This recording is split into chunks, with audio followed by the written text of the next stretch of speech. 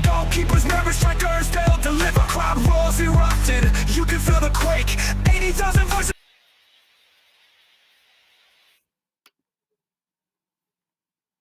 We never lose, and a Louvian Lou. We never lose, and a Louvian Lou. We never lose, and a Louvian Lou. Shortcuts on the field, defenders they shiver.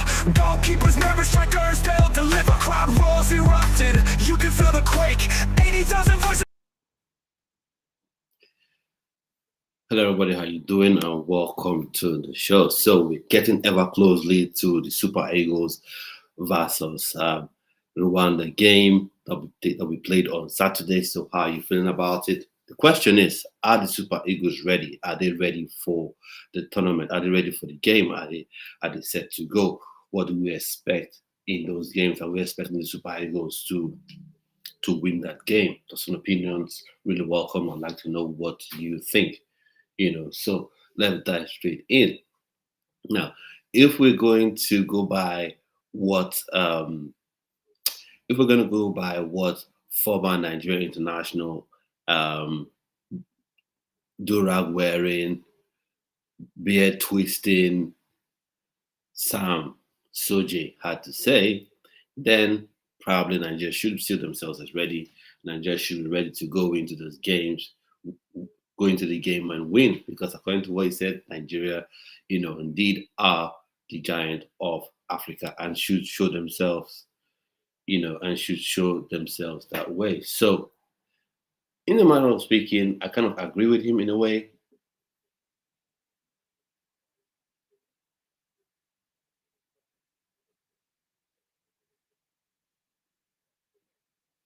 In a manner of speaking, I kind of agree with him in a way that we are giants of Africa, and this is a game where we need to show that enough talk. So, best you hear from the horse's mouth what he had to say on NFF TV. So let's go. Let's just hear what he had to say. You can watch the full interview on NFF TV. So let's bring it up here and let's see what he had to say. So in a minute, I'll press play and we can all, If you had a chance to be in the dressing room now, what would you tell the players individually? Just exactly what I'm saying now. To say, guys, we are the Super Eagles. As we always say, we're the giants of Africa. Yeah, now let's prove to them that we still stick to that name. Because we have quality players. Right? Listen, we have quality. If you have a player like Osimhen, come on, right? I don't see any reason why we're not going to really qualify. I know it's not one man's game. Of course. It's not a one man's game. It's a team sport. It's a team sport, but we have different individuals in different positions where they can now build it up and everything. And I think it's just a time factor where we need that the coach needs enough time to make sure we get the players in together and know exactly what the identity of what we're going to be playing. They need to identify what Super Eagles are about. If you had a chance to be in the dressing room now, what would you tell the players individually? Just exactly what I'm saying now. To say, guys, we are the Super Eagles. I think he's made it. I think he's made a fair point. Yeah, I think he's made a fair point. Giant for Africa for one, and then of course, it's the same. Okay, yeah. Giant for Africa, of course, Osimhen, of course, is a game changer. In any team you have a striker with a reputation of a Victor James Osimhen, you're looking at a top rate striker that can get goals and change games. And then also he said something about identifying how Nigeria needs to play. And that's one thing I've said about Eric Chill, and that is, come on now. Keep it simple. You're not a club coach like Maresca or Pep Guardiola, where you see the players day in, day out, and you can afford to, you have time to bring up all these sophisticated tactics, 3-3-3, this and that and the other one. But when you're dealing with the international team, basically, in my humble opinion, just play players in their rightful position and let's go. You don't have the time to be playing a right back, a left back, playing a defensive midfielder and a 10 row. Just play these players in their rightful position, and I think then Nigeria should, be able to win this game. For me, what a national team coach should be doing, anyways, is to is to inspire the team, motivate the team, get them ready mentally for the game, and then check their fitness and all that. But because when you have a team like Nigeria with the quality of players that the Nigerian Super Eagles have, vis-a-vis the quality of players that Rwanda would have, the difference in quality is pretty clear. It's pretty obvious to see that Nigeria are the better side, right? So you don't need to overthink it, in my humble opinion. You don't need to overthink it, in my humble opinion. So just pick the right players. That's the way I see it. So let me know those opinions going into this game. Do you think the Super Eagles of Nigeria are ready? Do you think they are ready for this game? Do you think this is a game that they should be winning? That they're ready to go into this game and win? For me, when I see Ademola Lookman already in camp training, Victor Osimhen training, of course, Olayina training, everyone is available, then they should be ready. Victor Osimhen has come up to say they're super desperate to qualify for the World Cup. Now, let's see that game day. Let's see that game day. Because I think all these players, if you were 20, 21, 22, then maybe you look at yourself and say, okay, maybe, even if we don't qualify for this World Cup, we have 2 more to go to qualify for. But this is literally the last one for most of this team. Some of them seem young now, 26, but think about it. 26, the next time the World Cup comes around, you're 30. And if you're someone like a Victor Osimhen, that your game, a lot of your game is predicated on your physicality, your pace. When you're 30, 31, I'm not sure you'll be able to match the pace you had at 26. So those are some of them at 28, like Olayina is 28. So by the time the next World Cup comes around, is way past that, he's 32. So can he still match the athletic ability he has now? So, or would you want to go his whole career saying, I never played in the World Cup? You should play in the World Cup. And this sort of World Cup, it will be really embarrassing if Nigeria doesn't qualify for this World Cup. Because FIFA, this is an enlarged World Cup, 48 teams. 48 teams. And 10 teams are coming from Africa. As in 10? Yeah, I think so. If Nigeria fails to qualify for the World Cup, it's an absolute disaster. I think I saw somewhere, I'm not sure how accurate those reports are, saying, in fact, I don't think they're accurate. But anyways, to know that the president of Nigeria is looking to has submitted some names for the NFF chairmanship position. So there was Mikel Obi there, there was Okocha there, there was Fani Kayode there as well. So I was just laughing.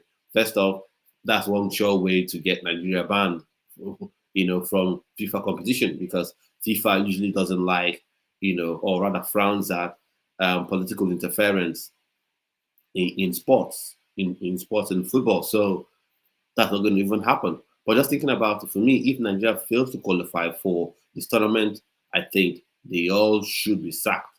The sports commission chairman, everyone in the NFF should resign, should turn in their cards, if that ever is to happen. So, but overall, if you're joining the stream, thanks for joining. Let me know your opinions on this game. Nigerian Super Eagles taking on Rwanda will be tomorrow. So, want to know what you think. Do you think the team is indeed ready to go into this game? Now, if you want to join the call, want to join the video, I'll drop this in here in the chat. You can click on it and join, and we can have a face-to-face discussion on here. But just do the normal thing that it will require you to do, which is give permission to your mic and your camera so we can see ourselves, face-to-face.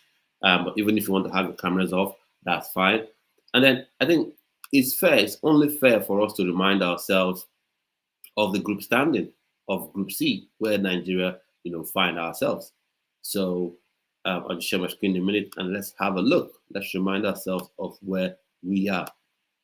Quite honestly, we shouldn't have been in this position, but there it is. That's where we find ourselves. That's where we find ourselves because of some NFF silliness, some poor finishing, poor game management, in my opinion.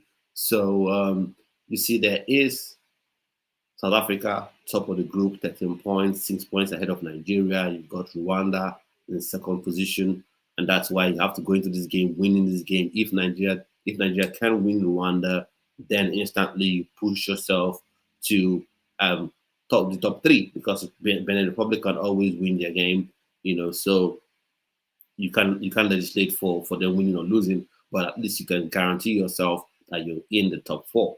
I mean, you're in the top three, and then when you're leading one by one goal, then that what comes to your mind is, how can we win by more goals? But for me, take 3 points. If it feels like if you overly commit, you're going to drop those points.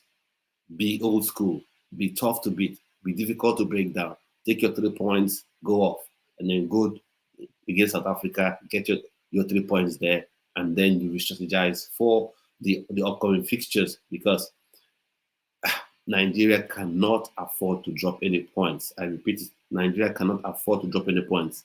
If Nigeria drop points, the remaining games for me become pre-AFCON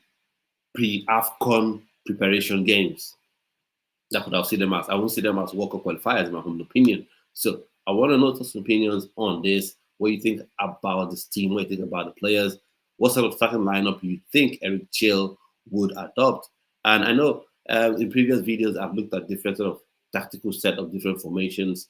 So in today's video, I'll try to predict what Eric Chill would go with. Now, I might be very wrong. I might be off the mark in that regard, but I kind of have an idea of what he may want to do. I think what he did in the Unity Cup may be what he does again this time. Maybe he'll play with a lone six, and then he'll play with Chukwueze and Ademola Lookman in this situation behind, a lone striker, and then you have your fullbacks really overlapping and playing high up. So maybe that's what he would go with, for this fixture. Now, so I'll just get on with that like I did last time, and I'll share it on my screen. So we're going with his hybrid formation. I think it's 4-1-2, 4-1-2-1. So yeah, I think we've got someone in the building. So let me add you up. Let me add you up. So yeah, you're welcome. You're welcome, my brother. Let me take this off from here a bit. So you're welcome. Thanks for joining. All right, thank you so much. You're welcome. You're welcome. So first question. I don't know if you saw the interview from Sam Soji. So Okay. do you have his confidence? He says Nigeria should be beating Rwanda. So do you think Nigeria is ready, first off, going into the game versus Rwanda?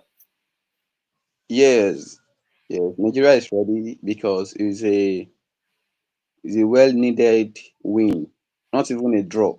Because at this point we don't have the luxury to drop any points. Mm-hmm. So it's a win for Nigeria, and the guys are ready. They are prepared for this moment. They anticipate for it, so they are ready. Okay. I'm seriously hoping that you're right, because when you look at man for man, Rwanda should not be in the same postcode with Nigeria at all. At all, This at is a group all. that Nigeria should already be top of with maybe 6 points. Because when the draw was made, I looked at it, I said, is this a World Cup qualifying group? I said the toughest team is not even close to South Africa. Sorry, it's not even close to Nigeria.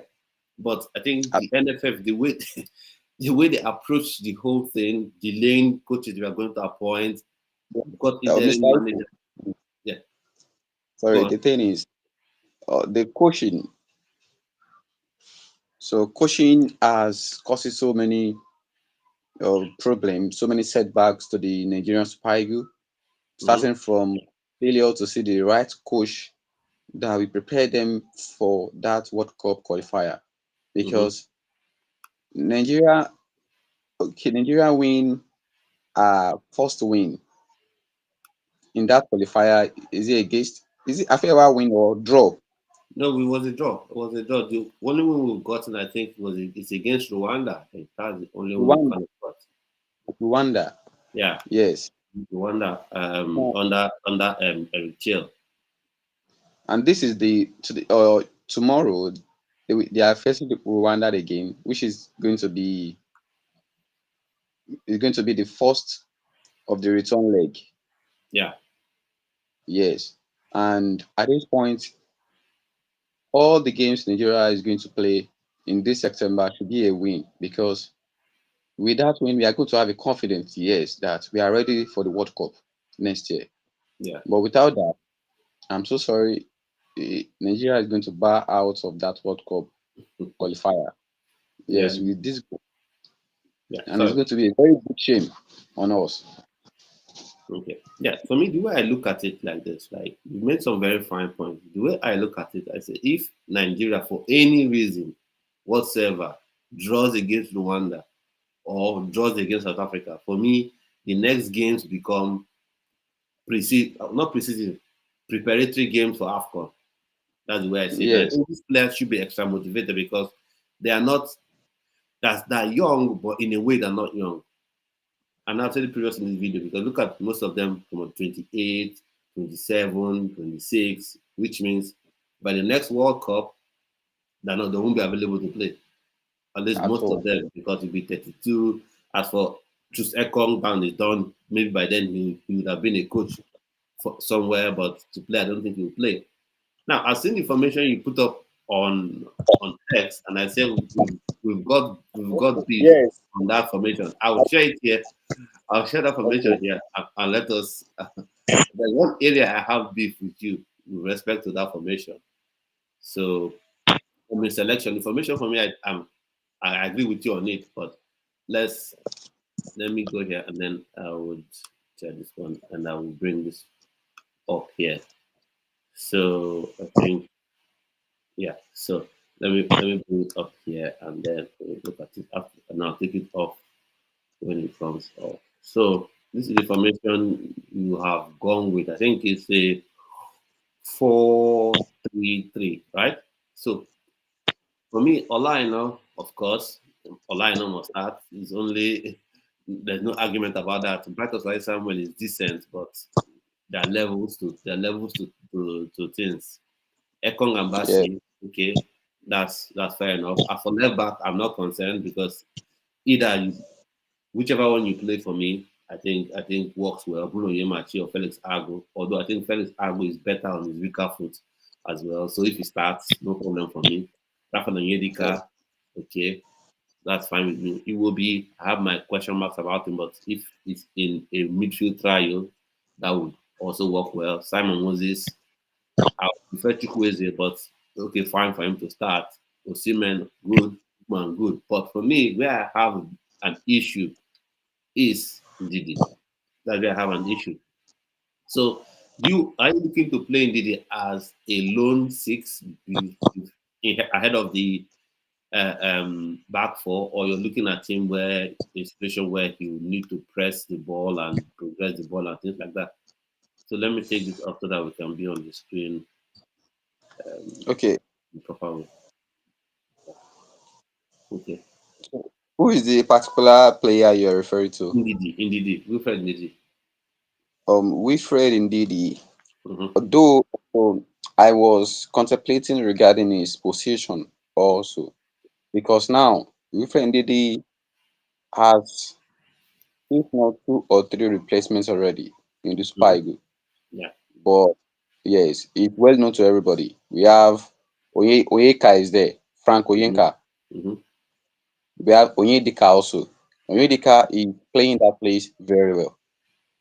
So Yeah. now, but with experience of Ndidi and a kind of maturity he puts in the game Mm-hmm. regarding his experience, regarding his TV, playing in Leicester in England for years, now in Turkey. So we can't just, and he's in form, still playing. So we can't just put him on bench like that, because when you put him on bench and you are winning in the first half, the first we ask you, you have a senior man that is a senior player in your squad and you are benching him. So Mm-hmm. that was the point. So the same thing applicable to Alex Iwobi also. Okay. Iwobi has been in the squad for a very long time, long years now that I've even forgotten. So the thing is, we can't have these players and put them on the bench. So the young, we are going to be integrating them into the team step by step, not at once. For instance, now people will be thinking that Christantus Uche, who is Hmm. now a new Crystal Palace player, Yeah. should be should be a starter in the Super Eagles. Okay. Yes, everybody will think like that. Every coach will think like that. But these are new players coming into the national team as a Hmm. fresh person. So the pressure, they can't manage it like that. Although they can quickly adapt. But the Hmm. pressure, you can't just put the pressure on them like that. Because when this thing backfires, in fact, when you call them next time, they will not answer. So many times, I uh-huh, well, so many times, um, so many times, okay, so many no, go times on, go on, go on. Alex Iwobi himself knew that it's not easy. Do you know how many times he has tendered apology to Nigerians? Mhm. One was during AFCON final or semi-final when he was yellow carded. I mean red carded in the final. So things like that.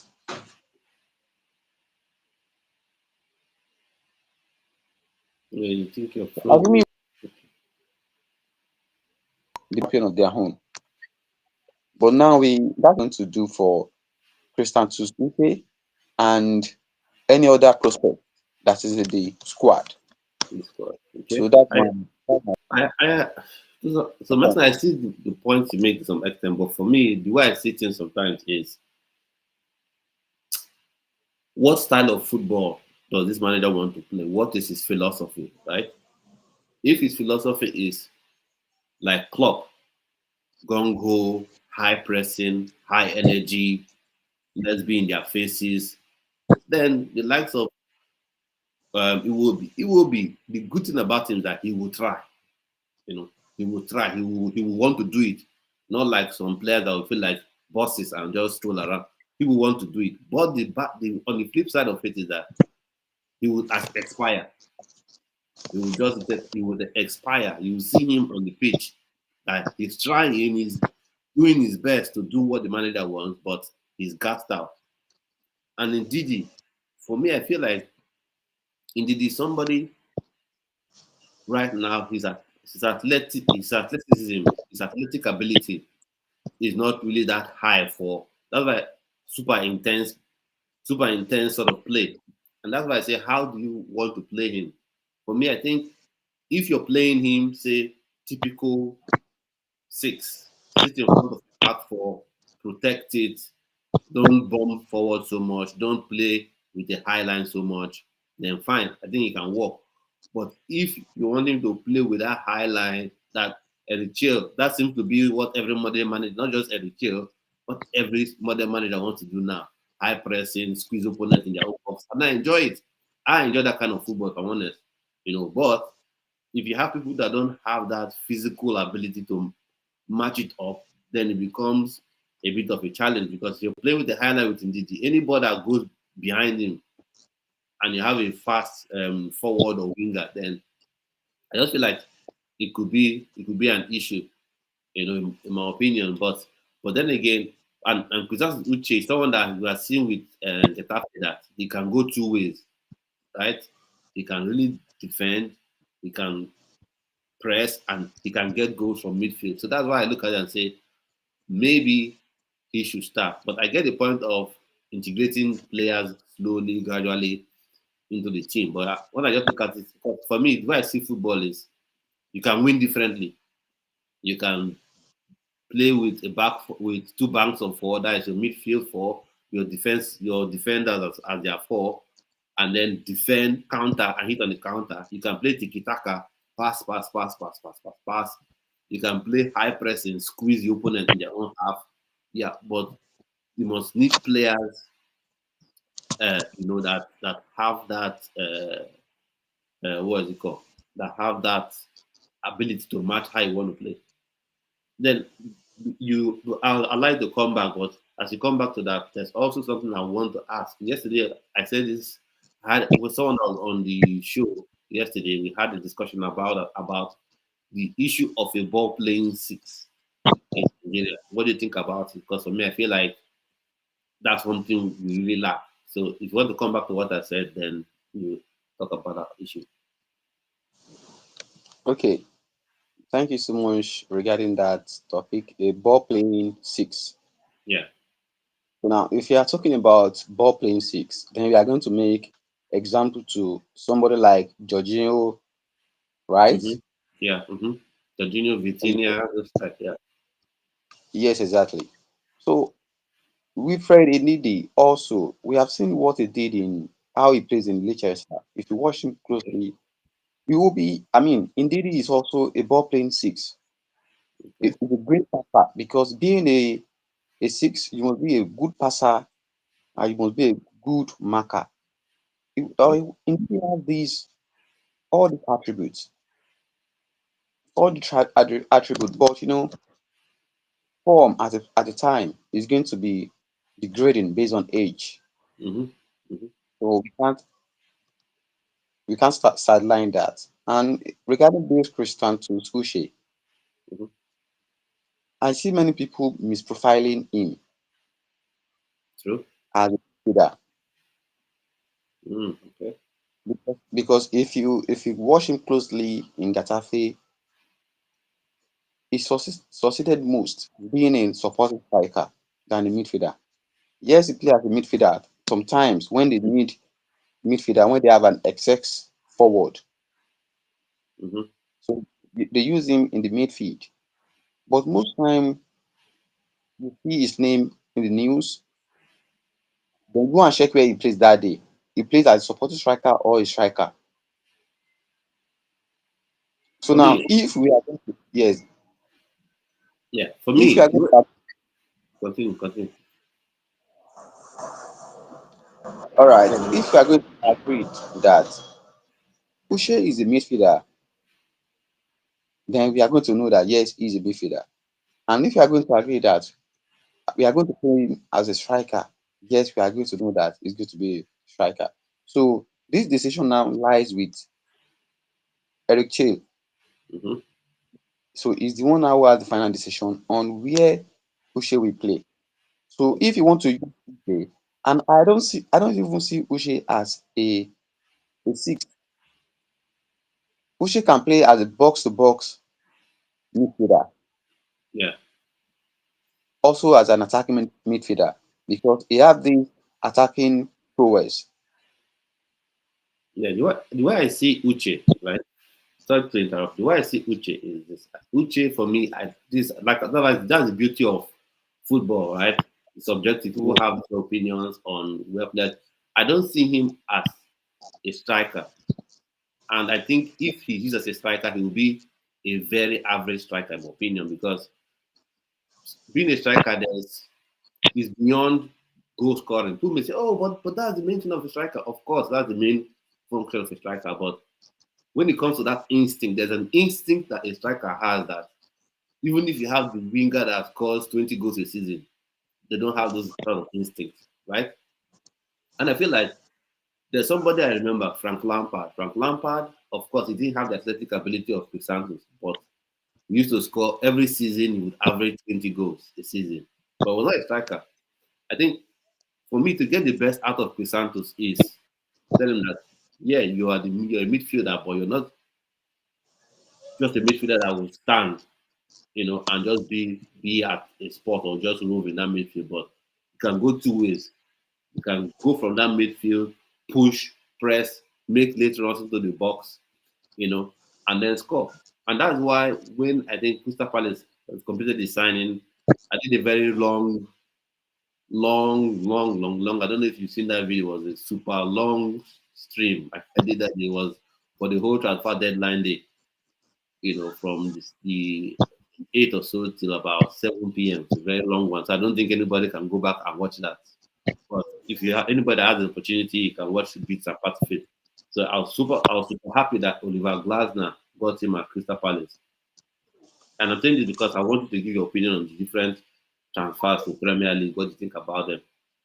So I'm happy that he went there because I think he will do well if he's played in that midfield with that Adam Watson, and then he's in the midfield. I think he'll do well and score lots of goals there. So I think for Nigeria, if we have him in that midfield, he has a good long range shot. I think he would do well. And if you look at our striking options, for you to now say you want to maybe play Osimhen, of course Osimhen must start. Osimhen is the big masquerade. You can't bench Osimhen except Osimhen is injured. You must play him. Then you now say you want to drop Aroko Dare, or you want to drop even Boniface, or you want to drop uh, George Lenny Kenna if and when he plays for Nigeria and play him, in my opinion, anyway, someone I see as a midfielder. But like you say, you're right. Let's see what Eric Hill will do. He decides to play him as a supporting striker. Let's see what we do. So, first of all, before we go back to, we'll definitely come back to this topic we're discussing and talking about the Super Eagles, how ready they are, and what are going into that game, and how you think they should approach the game. But before we go into that, how would you rate the transfers of Samuel Chukwueze to Fulham, Uche Santos to Crystal Palace, to Lauro Kodare to Wolves? Oh, you're not a Wolves fan. That's a good one. That's a good one. That's a good one. That's a good one. That's a good one. You're not a Wolves fan. That's a good one. That's a good one. So for me, so give your opinion on that, and then I'll come and say mine as well. So let's start. Uche Santos or Santos Uche. What do you think about the move to Crystal Palace? Yeah, before I delve into the transfer window, Yeah. so I need to clear that Uche positioning and profile. Yeah. Okay. So apologies for that. Yeah, fine. So That's fine. all right, this Uche now, I think that is best as a 10. Okay. Yes, if we should look at it objectively, is best as a 10, not as a winger, not as a striker. So maybe in the nearest future, is the one that will take over the number 10 role from Alex Iwobi. Okay. Yes, Okay. because yeah, There's one Uche question have I want to ask you about that, but let's say, because once again he hasn't been invited to the England team. So, but let's just say hypothetically, if we have a 180, do you still, who would you rather have in that 10 role? Is it Crisantos or 180? Christiantus or Or 180, the Arsenal boy. Let's just say hypothetically, if Nigeria are able to get him. hypothetically, that is Waneri is a natural winger. Okay. Yeah, I think we have a separate show where we'll talk about a lot of things because I think there's some things that we are going to fight for. even a typical Arsenal fan will tell you that Waneri is a winger, Mm-hmm. a natural winger, born to be a winger. We, you see that this is very evident when Saka was absent, when he was injured. Mm-hmm. Waneri filled that gap without feeling the absence of Bukayo Saka. So this goes a long way to show how attacking instinct and attacking mindset he have. Okay. So one area as a as a 10, I Mm-hmm. will just take it as one of these bastardizing players profile because you need a 10. The way this Enzo Maresca of Chelsea converting Palmer to number 10, and he want to do the same now to William Estevao. So all of this is affecting the players because you are taking the pride from them, what they love to do at the 10.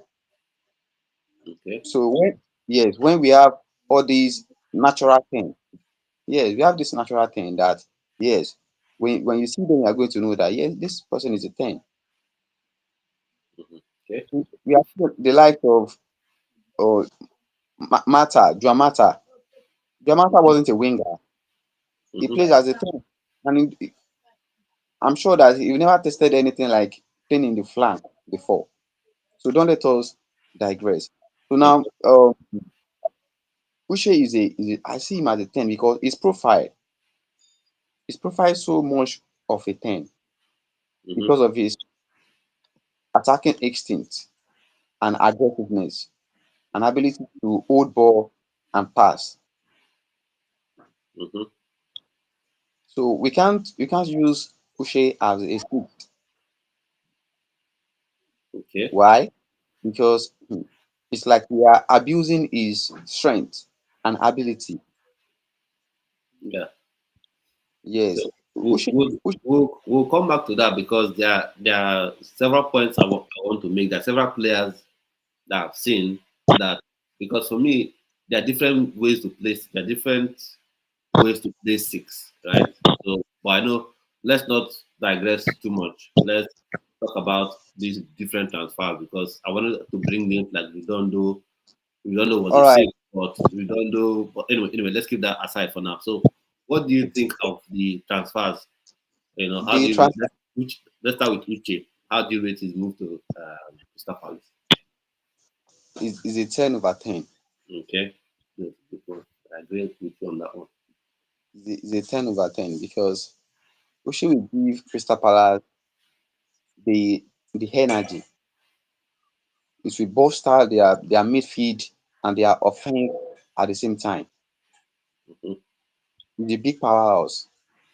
So I'm glad Crystal Palace are able to see that kind of talent, and he's still very young. It's Okay, going to cause much problem in Premier League. for sure, for sure. I agree with you on that one, 110%. For those who have Yes, not seen the video I did, I grade the players, and I think we are on the same page with respect to Chris Santos. So now let's go to your new team striker, Ndola Rokodare. So how do you rate that move? How do you see him fitting in? So that's yes. I'm so much happy about the move because we all want it. Everybody want that move. I was even thinking because they offered him to Genk themselves. They are very good club. They are the one offering to Laro Kodare to teams because they promised him that after that last season, they are going mhm. to a big club in Europe. Yeah. I think the thing is that I think there are certain clubs that know their place in the football ecosystem.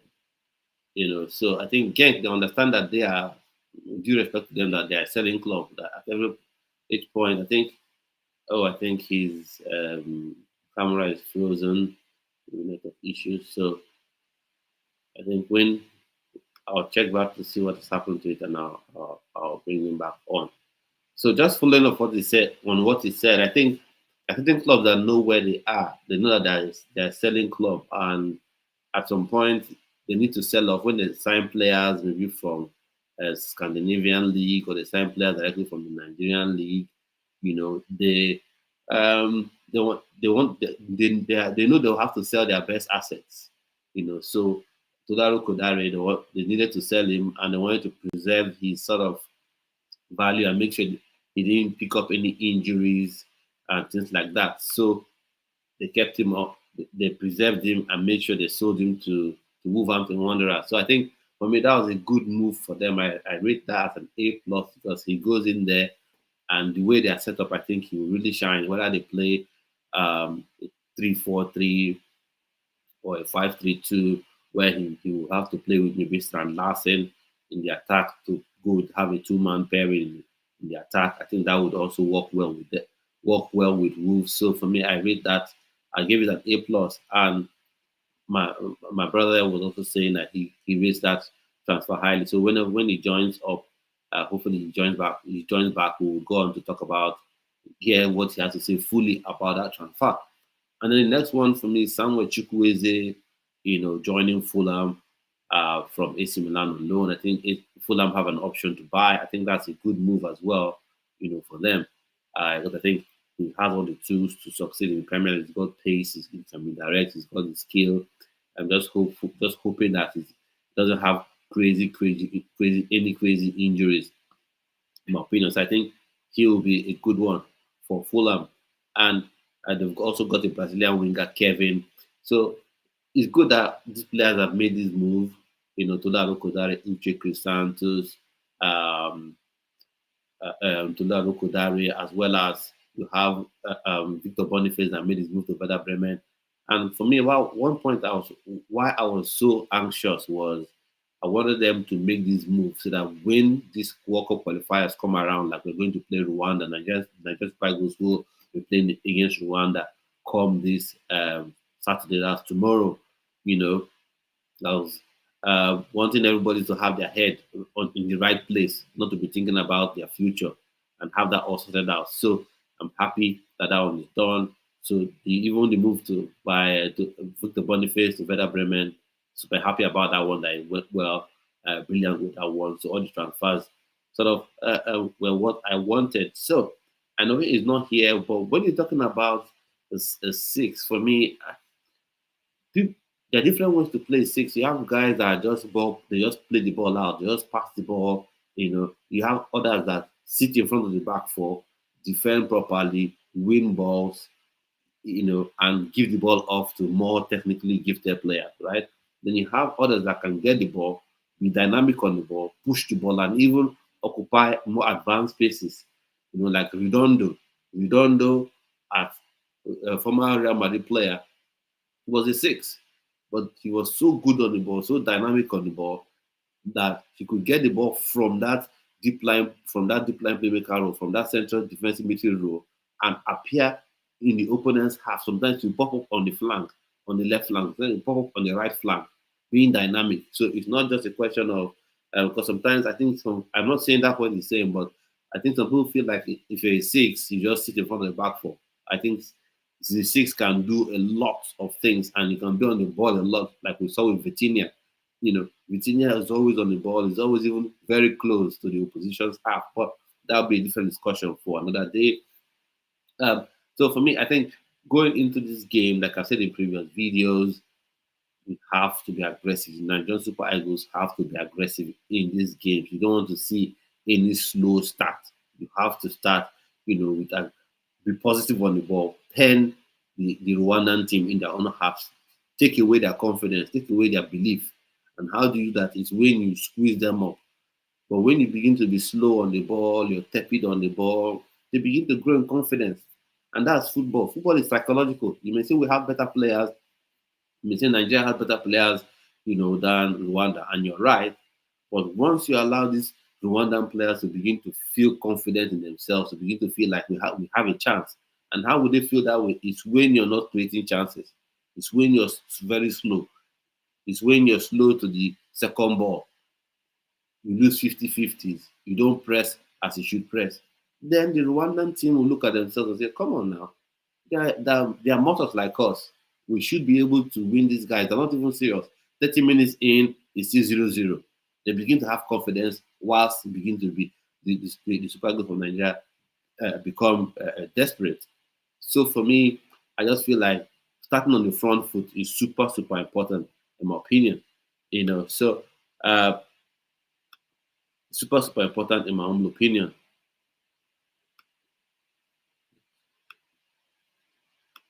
I want to know just some opinions on what I've said so far, with respect to how the Super Eagles of Nigeria should set up, how they should play, how they should approach this game, and then what do you have to say to Eric Chell? Because I've seen a lot of experimentation and a lot of things that he's done with the team that just get me to scratch my head a lot. It makes me scratch my head because I ask myself, why are you doing all this crazy experimentation and all that? So there's something I want to share with us before we continue with the video, right? Like I said, we're trying to make this channel grow into a community where we can all grow together, where we can all be part of, make impact, as in create societal impact, in addition to talking about football, talking about Chelsea, talking about Nigerian football, Super Eagles and all that, but also to grow people and give back to the community. If you want to be a panelist, if you want to participate in shows, like be part of the panel where we're discussing Champions League, discussing Premier League, discussing the Nigerian Super Eagles like this as well, you can come on here. So if you want to join the WhatsApp group where we get more information, you can scan this QR code, and then uh, you can join the group there, and you get insight into what's going on, things that are coming up, how you join and become members of discussion panels for Premier League football, for World Cup qualifiers like this, for the under 21 World Cup that's also coming up as well. So if you want to join it, you can just use your phone and scan this QR code. Now, one of the things that we will be introducing is, unfortunately, we're not doing it today, but I'll be coming up as well, that I want people to be part of as well, is something we'll be doing as part of giving back, I would say. It's called this fastest fingers. So with a data give back basically. So we'll come up with maybe 1,000 naira data, 2,000 naira data, and then we'll just drop the number out there, the digits out there. Whoever gets it first gets it first. So more things like this are in the pipeline and will be coming up. And I really this is just to appreciate the support I've gotten from from you guys that always watch the videos, always subscribe to the channel, always share the content, you engage, you smash the like button and all that. So want to start doing this so that everyone sort of feels like you're part of this channel. And indeed, this channel, though it has my name on it, you are also part of the channel. It is your channel. Now there's someone in the chat. Let's see who that is. Super South Africa is waiting for the draws. Okay. TT. South Africa is waiting for the draw. Okay, all right. That's fine. I hope you're super confident of winning Lesotho. First off, all right, let's see what's going to happen with that one. So let me know some opinions on, like I said, how do you want Nigeria to approach this game going into starting from the Rwanda game? First off, we're playing this Saturday, and of course, some people might be asking, where to watch World Cup qualifying games. So I think I've already said there's the FIFA platform. It's called FIFA Plus. FIFA Plus, where you can watch the World Cup qualifiers, and other sort of games. So I think I'll share this so you can see it. Maybe some of you already use it and things like that, but I think let me share it nonetheless in case you don't know the platform to use, you don't know where to watch it from, or you're looking for where to watch it from. So I'll just bring this up here again. So FIFA Plus, that's what it's called. FIFA Plus, it's on, it's a FIFA platform where you can go and watch some old games, some FIFA created or sponsored documentaries and things like that. But as well, I think you can also go there to watch the games. At least that's what I've been watching, the FIFA World Cup. So you can go on here and watch it as well. So he's back on. So let me add him back to the stream. So what are your opinions on, like I said, how do you think Nigeria should approach this? So I'll take this off and now add him back on.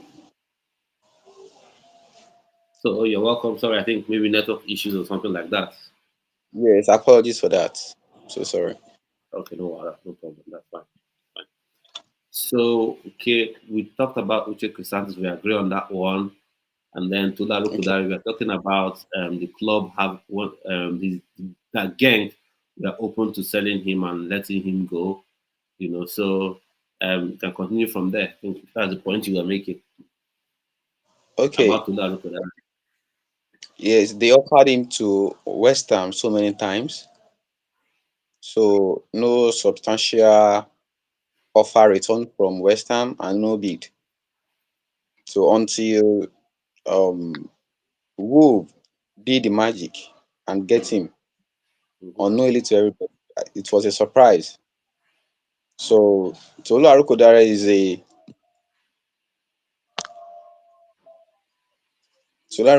a very prolific striker, as he shown in Belgium for the league. So Tolu Arokotare is looking at his physique, his athletic posture is going to cause so many problems. You can see him rank him with the likes of um Elialand in the league. Yes, he's up there. He's going to compete with them. You can rank him with the likes of Sesko, yes, Eucharist and Isaac, because he have the same height as them and he have the same play too as them. So Tolu Kodari is a 10 over 10. What I just see or the complaint that may later occurs is the presence of Tolu will cause the slow in development of these prolific young striker Yeah. who have a yes, Transaction. who have a yes, who have a very great potential. So that is the only thing that the presence of Tolu Arokodare may hinder. But regarding his outcome, it's going to contribute immensely to the development of Wolves as a club. Yeah. So to Chukwueze, it was only on loan, but I believe that Fulham will reinstate him and get him completely after the session is over. Samuel Chukwueze also is a we have seen him there. We have seen him doing it when he was still in Villarreal. I don't just know what happened, injury, yes, and less of play time because of the presence of Pulisic in AC Milan. Another striker there, Rafael Leao. So Samuel Chukwueze is a very prolific winger. Although he have a very good dribbling skills and goal scoring ability, no, to be sincere, but he's still improving. He's still improving. Give him a playtime, and Chukwueze will give you everything you want. So he's a problem to defender, a nightmare to defender, and a master in the box. Good. So he's a 10 over 10 for Samuel Chukwueze. Good.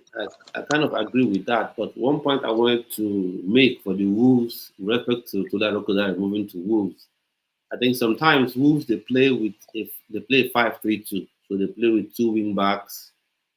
They Okay. play with and then they play with two strikers. So if they play with that, and I think for me, if I would advise Wolves, not that I'm qualified to advise them, but I think they should stick with that 5-3-2. So you have your two wing backs and then you have your two strikers. I think Strand Larsen is about 6'2" or 6'3", something like that. And then Arukodare is 6'6". So it's an absolute giant. So for a team like Wolves, that though of course, they're a Premier League side, they feel like they can compete with everybody. But given where they are, I think if you play with those two strikers, that would be a handful for any sort of centre back pairing, that would be a handful for them. So I think if they play with that, I think Strand Larsen will still get game time. And then, of course, in the AFCON as well, Strand Larsen would have game time to play as well. And then Chukwueze, I think Villarreal was super impressive. Then he went to AC Milan. AC Milan, they have issues. They always have issues.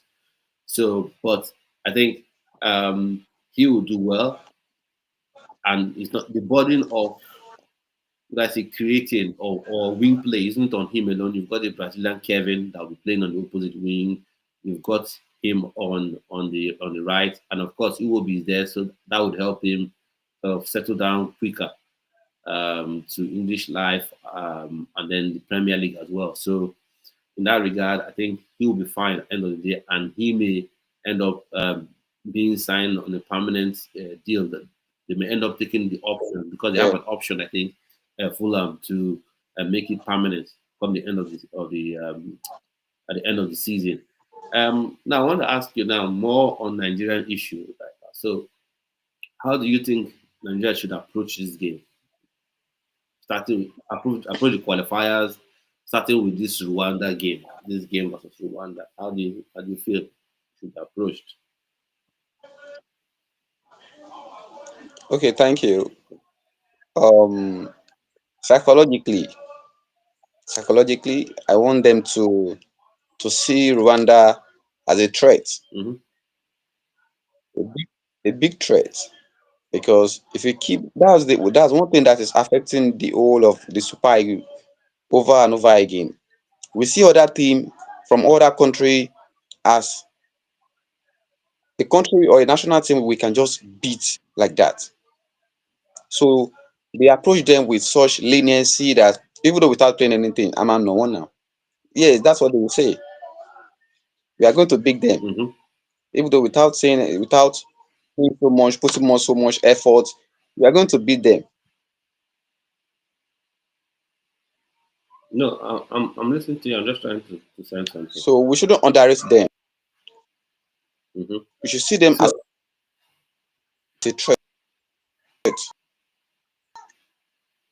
and give them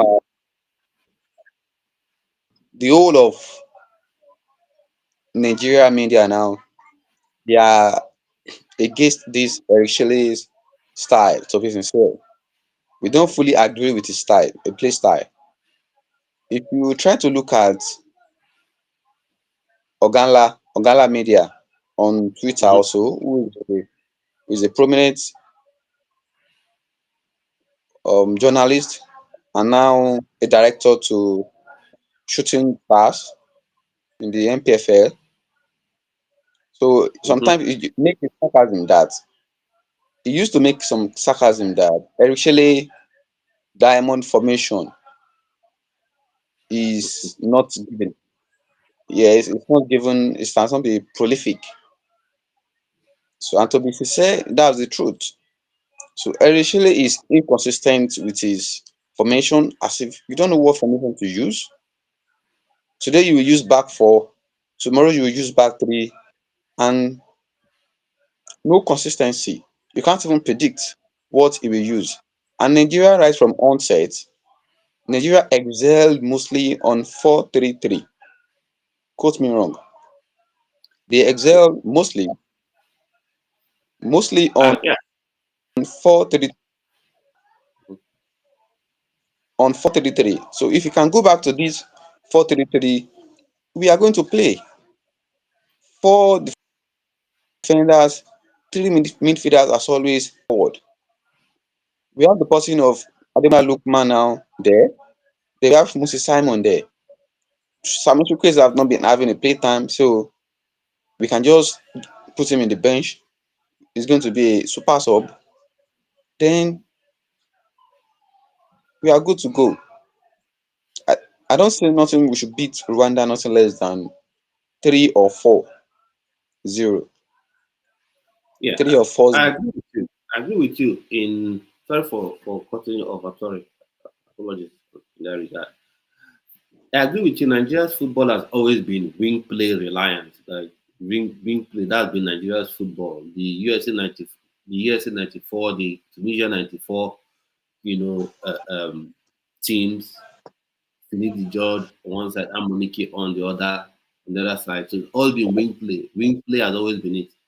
And I think Augustine Eguavon sort of he got it right in a way, where though he went with three at the back, but he was super reliant on wing play. Two very attack-minded wing backs and two very attack-minded wingers, obviously. So I think that kind of suits Nigeria better than Eric Chill is just confusing himself, in my opinion. Like I like his overall philosophy, which is we are going to attack you, we are going to bombard you with attacks, we will squeeze in your own half. I like that. I like that aspect. But where I don't where he falls off for me is someone in the chat. Where he falls off for me, in my opinion, is that he like in the Unity Cup, there's one thing he did. He used Detantella, who should be a winger.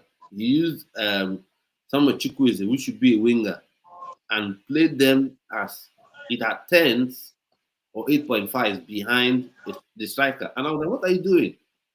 There's no point doing this. Of course, Chukwueze will dribble, but like I said, every position has this natural instinct. That doesn't matter how you are. If you don't have that natural instinct, it's difficult. A 10 has this natural instinct, whether he can dribble or he cannot dribble. So I think playing Chukwueze in that 10 role and playing Nathan Taylor in that 10 role, yes, they will dribble and look exciting, but will they have that mindset of slipping those balls through for your 9 to make the runs in behind the striker? So I think that's one area. If that's what I say, and you use Ola, and play them at left back, like, what are you doing? What are you doing? You've got it's not like, okay, what your two left backs are injured. Okay, you say, okay, Ola is the better fullback. Okay, let me play him at left back. No, you have Bruno Yemachi, you have Felix Agu, two left backs, fit and ready to go. You say no, I'll play Ola, one of the best right backs in the world. I think for me, he should be, if you're saying top 3, because if you call Rhys James, who else I call it? Alexander Arnold is not the best. He's not among top 5 for me because he doesn't know how to defend. He can go forward, cross ball, but when I rate fullbacks, you must be able to do the two things: go forward, put crosses in the box, but also defend. So you have, at least, even if you want to say he's top 5, you have him in your team. Even if you say he's top 10, I have him in top 3. But even if you say he's top 10 right back or he's top 5 right back, you have that one in your team and you play him out of position. You're not gaining anything. For me, I don't think there's anything you're really gaining, especially when you already have people who are normally fit to play that position. So for me, if he sticks to the normal 4-3-3 wing play, then with his no added philosophy of let's press this team and squeeze them in their own half, right? For me, I think that would then make sense. So there's Gilbert Ndlovu. I think that's Gilbert Ndlovu. He's South African. Of course, so we are waiting for you in Nigeria to beat you in our home soil. Don't worry. Those vuvuzelas will be quiet by the time that game is over. You abandon your vuvuzelas in that stadium. But anyway, I feel where your confidence is coming from. You have 6 points ahead, so I get where you're coming from. So let me see. Is Babatunde? There's a Babatunde that joined this. Or let me bring you on. You're welcome. You're welcome. Nice to have you on here. You're welcome. I can hear you. I can hear you. I'm hearing a noise on the background, so I cannot. Is it from here? No. Yeah, like I'm hearing you again in the background. Is it from my own end? Or let me see. Maybe I'll mute. Okay, it's fine now. It's fine. Okay. Now. All right. Good. Yeah. Okay. So thank you so much. This is my first time of joining your show, but I've been following. You're welcome. Thank you so much. I've seen the way your YouTube channel has been growing over time. I've been observing actually. You are doing a great job. So well done. Thank you and also,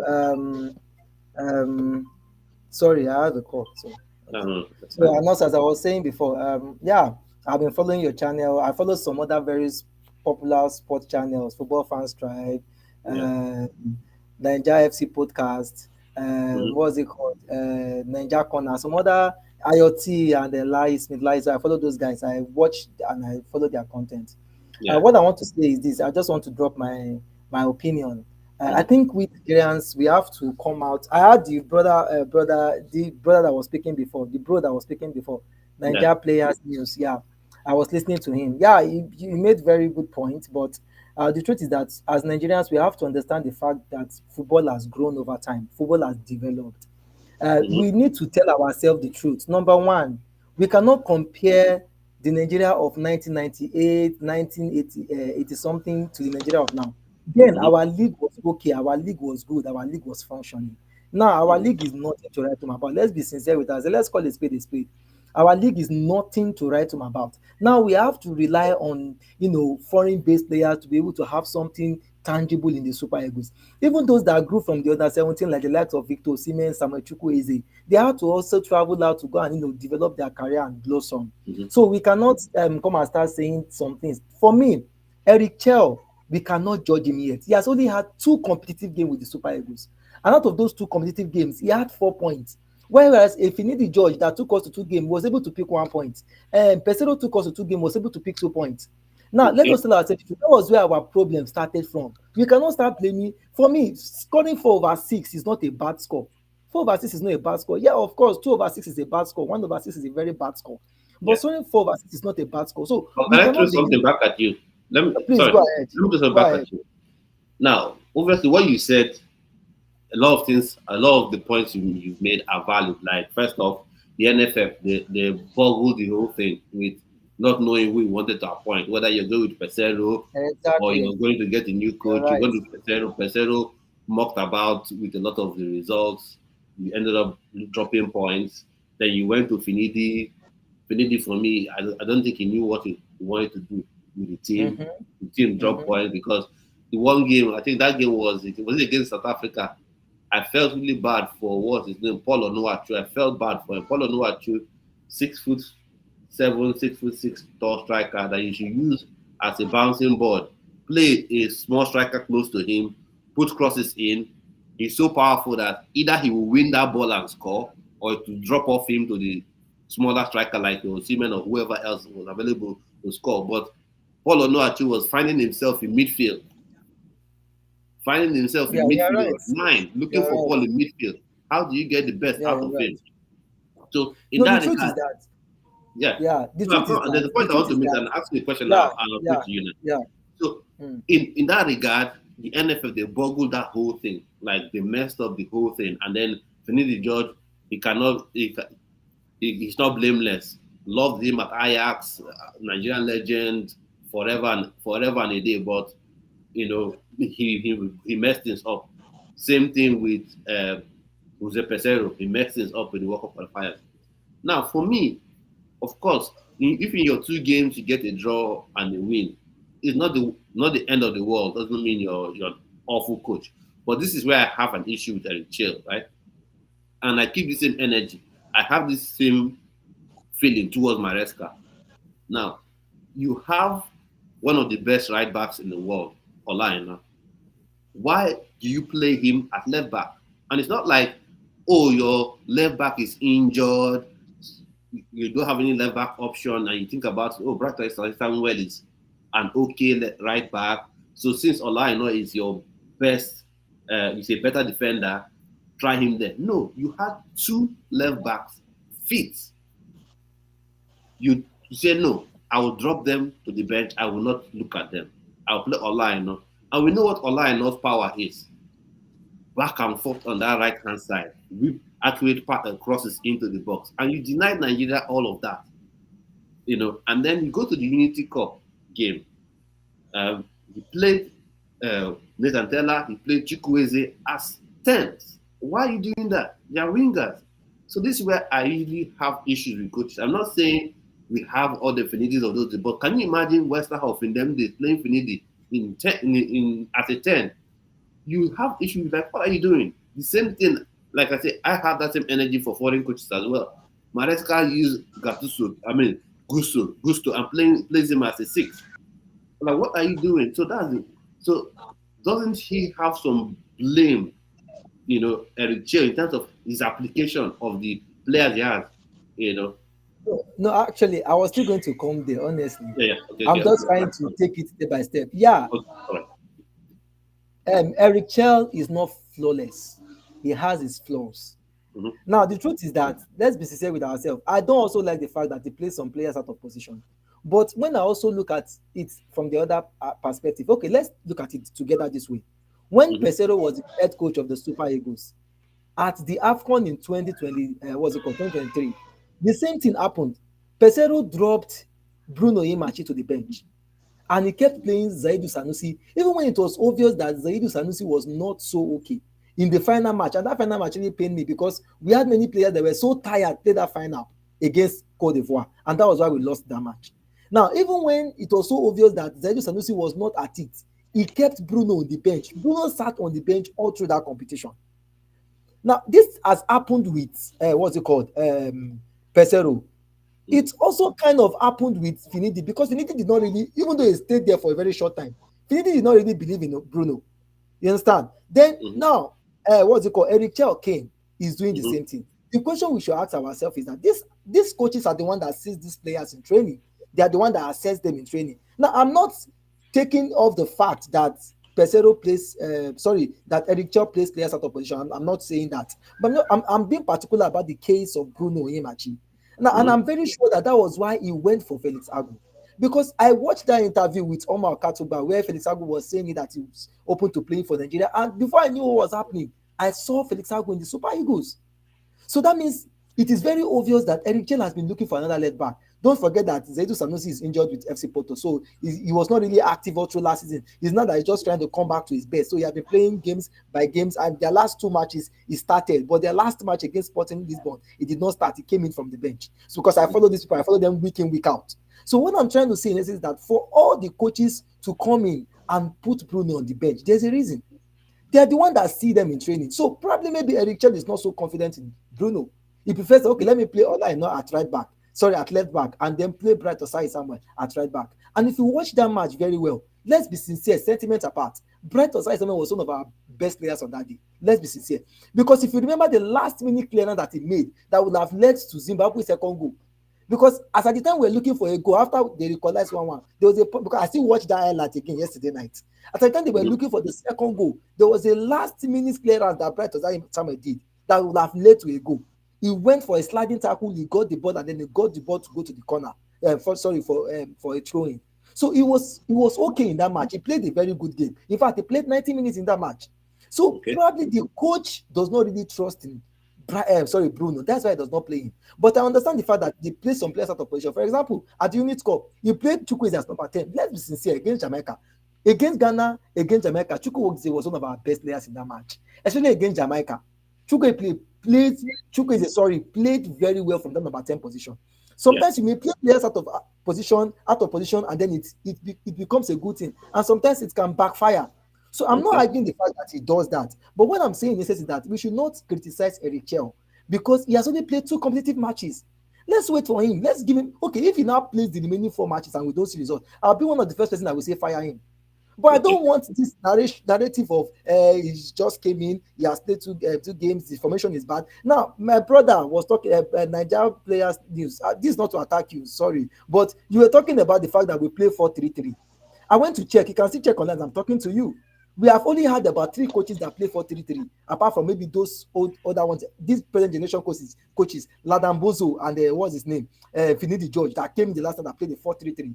The truth is that we're talking about wing play. Let's be sincere. How many explosive wingers do Nigeria still have today? During that time, we had the likes of Daniel Norman catching the bull.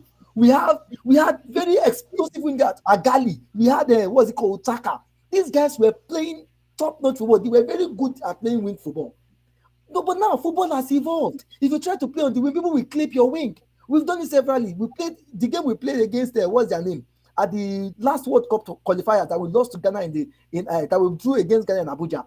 We tried to exploit the wing. I remember Emmanuel Dennis coming in. Emmanuel Dennis came in from the right wing. Lukman was in the left wing because they brought in Emmanuel Dennis in the second one for Chukwueze. Emmanuel Dennis came in and then he was trying to play, all these dribbles and everything. They clipped the wings. When they clipped the wings, we became useless. We couldn't play anything again. All right, my brother. Sorry, my last point. It is very important. Except you ask me a question, Joe, just to make my last point. It is very important. I wanted to give my brother opportunity to respond to the point. No problem. Right. No problem. You should go ahead. Yeah. So please, your network frozen. Yeah, so he says Eric Chell just knew that's what from the point. One point is that Eric Chell had just come in, needs to be given time, and then of course he'll talk about wing play. That may not be the answer in modern day football. So what is your sort of response to that, my brother? Oh, I think it's. Network is off. Yeah, maybe giving an issue. Yeah. So what I was just trying to say is to summarize my whatever I was saying. What I was just saying is the fact that football has evolved, and as football is evolving, we also need to evolve along. Okay, look at the time that there was a time that goalkeepers were not involved in football. For now, as a goalkeeper, if you don't know how to kick the ball with your leg, you are not good because you must know how to kick the ball. You must know how to make the right passes. So football has evolved. It's no longer about wing play.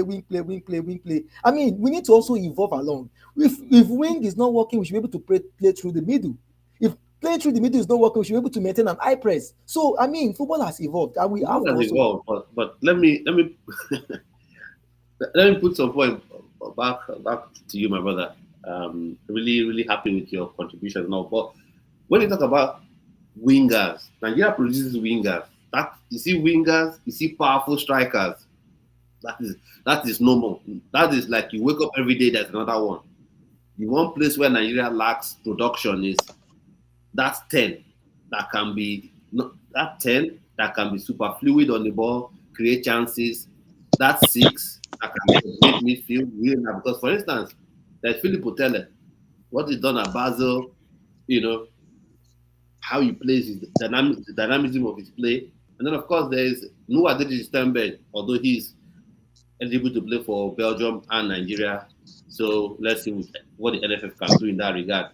So that is that. And then, because I, for one thing I believe in is dynamism of play, right? One of the reasons you play inverted wingers is the winger inverts to shoot or play in swinging crosses. The fullback overlaps. So they can be even done to supporting strikers in a way, and or even secondary tens in a way, and be inverted in more centrally, and you have your wingers. So I believe in that dynamism, being dynamic as you play, and you should be able to respond to how the opposition sets up. So I'm all for that. So first point I've made is that if it's wingers, that is a normal thing. Wingers is something that is, you look everywhere, you see wingers. It's 10 that is our issue. It's 6 that's our issue. There's what's his face now?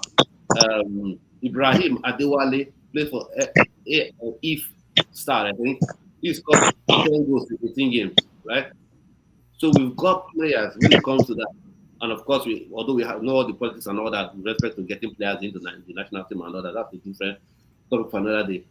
So for me, I believe that Eric Jail needs time. But like I said before, if what gets me mad when they talk about Chelsea, Chelsea, they sign all these young players. I say, okay, before you can hold on to the young players issue, right?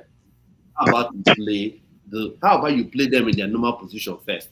And let's say, this 16-year-old winger is struggling this role passer more, he's struggling. Then you can say, okay. But when you take that winger and play him as a 10, immediately I begin to look at it and say, come on now. Now, Chukwueze could look good playing 10, could look good taking on people and all, but one I feel like there's certain instincts you have as a 10 that if you're not a 10, you could look pretty doing in that role. You could dribble, but you will not see that pass. The striker will make runs all day. You won't see it. You will take on 2, 3, 4 players, glide past them. You won't see the pass. You just won't see it.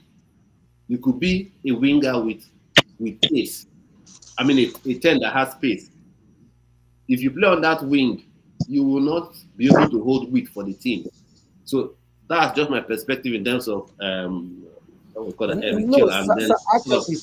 You're actually very right. Just to respond to what you said, you're right. I'm not arguing those. You are very right. Honestly, I know that you place players out of position, and like I said, I agree with you. But let us look at it from this perspective. When I'm being called to take over a company, and I have the mindset that in this company I'm coming to, I want to make a change. I want to change the dynamics. You understand? I want to look at all the KPIs and try to make things work and everything. Now, the truth is, if I observe a problem or I see a problem, as an intelligent manager that I am, the first thing I will try to do is to provide a solution, right? I'll try to provide a solution. Now, thank God you also said it, that one challenge we've had is midfielders. We don't have that very, very, creative number 10 anymore. Let's be serious. We don't have that in the Super Eagles presently. We don't have that creative spark in the number 10 position that can come in, dribble, give those key passes and everything. We don't have it. And I'm sure that this is what Eric Kelf saw. And it's like, okay, let me try and see if I can get a solution to this challenge. And decided to play Chukwueze in that position. Because looking at Chukwueze naturally, Chukwueze is the kind of player that has flair. He knows how to dribble. He knows how to, But like you said, the challenge might be his final product. Chukwueze does not have final product. That is, I've been watching Chukwueze since when he played under 17. Him and Osimhen. I've been watching Chukwueze. Chukwueze has always lacked final product. I'm not a sports journalist, too. I'm just an enthusiast, but I'm so passionate about Nigerian football. I follow it to the latter. So I have been following Chukwueze and all those guys for a very long time. Chukwueze does not have final product. That's his challenge. That is his challenge. But we cannot agree, argue the fact that he still has that spark of creativity in him, even though it is not up there. So I'm sure that this is what Eric Chell saw, and it's like, okay, let's see whether this guy can play this position. Let's see what can happen. Now, some players come to become experts in the wing they are playing today because of the experiment like that. For example, I was shocked when I read that this particular Super Eagles player, I cannot remember his name now, he started off as a goalkeeper. There are some other players that started up, Michel Antonio, that plays for West Ham. Michel Antonio started up as a defender. Now he's a striker. There are some of these things, some of these players come to be from little experiment like that. So probably he just wanted to try to see whether we could get someone that could play number 10 position for the Super Eagles, because that is our challenge. We don't have the number 10. We don't have someone that can dictate play. Iwobi is trying. But even at Fulham, Iwobi is being played from the wing, majorly at Fulham. Majorly at Fulham, they play Iwobi from the wing. And that's the reason why Iwobi is not succeeding with the Super Eagles. Sorry to say. Because Iwobi comes to the Super Eagles every time we play at number 10 position. And then he goes back to Fulham plays in at number 7, to play at number 11. So he plays from the wing, then he comes to Nigeria, he plays in the midfield. So it's not really flowing. But now that we have Christian Suche, but at the same time, Christian Suche is a striker. He plays as a striker for Getafe. We don't know what they want to play him as in Crystal Palace. But they play as a striker for Getafe. So if we bring Christian Suche now, if you watch the match, the friendly match against what's it called? What's their name? Russia. Yeah. He played Christian Suche from the number 10 position, like more like a number 10. He was behind the main striker, so more like a number 10 and number 8. So he put him there. And then, he tried to, so he's still trying to see, okay, if I can get. If I cannot get, then what is the option? But like you said, I'm still talking about the wingers position, the wingers or whatever. We have wingers in Nigeria, no doubt about that. What I'm saying is that if you watch it, there was a time, sir, that in football, as a winger, you must be able to take on one player, dribble, and cross. But now, as a winger, you must be able to know when to pick the right passes. Why is Doku sitting on the bench at Manchester City? It's not as if Doku is not a good player. But we find Doku sitting on the bench every time. Why? Because when Doku has the ball, he wants to dribble. When you can sometimes make some simple passes. And sir, that is what makes Iwobi very unique as a winger. Iwobi does not know how to dribble. He dribbles, but doesn't know how to dribble like that. Iwobi is not so fast. He's not one of those fastest players, but he knows how to pick the right passes. Look at the goal against Manchester United, the way he picked their number 9 striker, the way he picked the guy off. He just crossed the ball. He just crossed the ball, and then the guy just took a tap, and then the ball was in the net. So it's fine. My brother, let me bring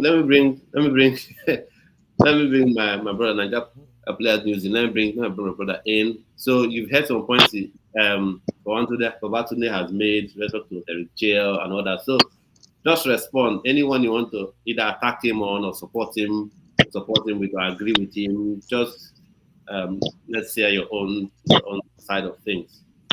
It's good. It will be good to hear from you. We are just discussing football. I mean, we are all passionate fans. Yeah. Yes. Please, after this podcast, follow this page on Twitter. Okay. All right, Mr. Are you talking to me? Yes, sir. What do you say, sir? I didn't get you. I said after this program, you can follow this name on Twitter, this page. Okay, I will do that. No problem. All right. Regarding Eric Chell is trying his best to form the best team. Yes, maybe that is the reason why he's making so many mistakes regarding his selection. And when you try, you make mistakes. But the thing is, when you make this mistake, there are room for growth. And I can see that the trajectory is setting now is growing. Yes. So now, regarding that number 10 rule, Eric Chell will only try because now Nigeria doesn't have a natural number 10. And if you try to force anybody to play number 10 role, which he doesn't play in his club, it's going to affect the person and also the person's career or the player's career. So Eric Chib is only trying regarding that. And the thing is, Alex Iwobi, Alex Iwobi doesn't start as a winger. Get it back to Arsenal. Alex Iwobi is a midfielder, a central midfielder. Then move to maybe under Emery. Then move to attacking midfielder at the point until becoming. Then they use him as a winger most times. Sometimes, yes.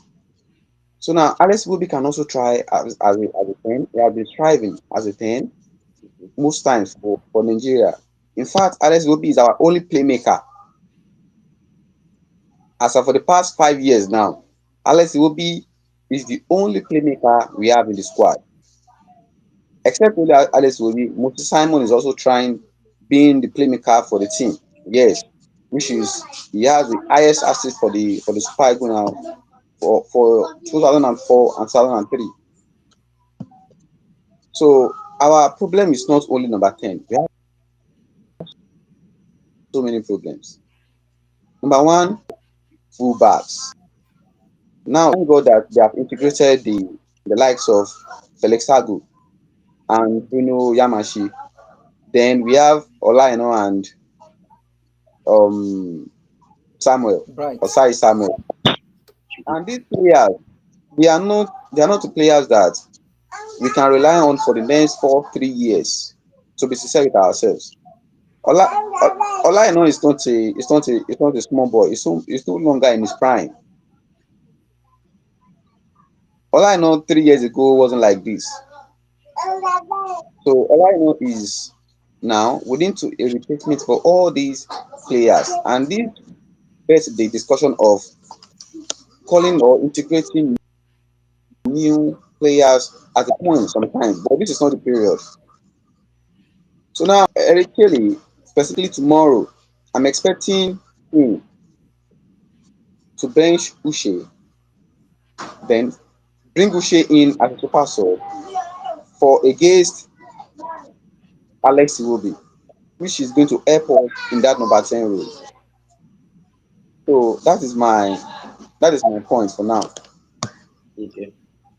So, Orton, Okay, thank you, Mr. Ninja Player News. before you respond, sorry, Yeah. there's one comment Sorry, I think just 1 is minute. directed at you. Okay. So I'll read it out. So Yes, I saw it. That's what I want to respond Okay. to. I saw the comment. That's what I want to respond to. Christian Akanewa Yes. says You know, I wish, is one of the fastest rather yes, players in Super Eagles. Get your facts yes, right.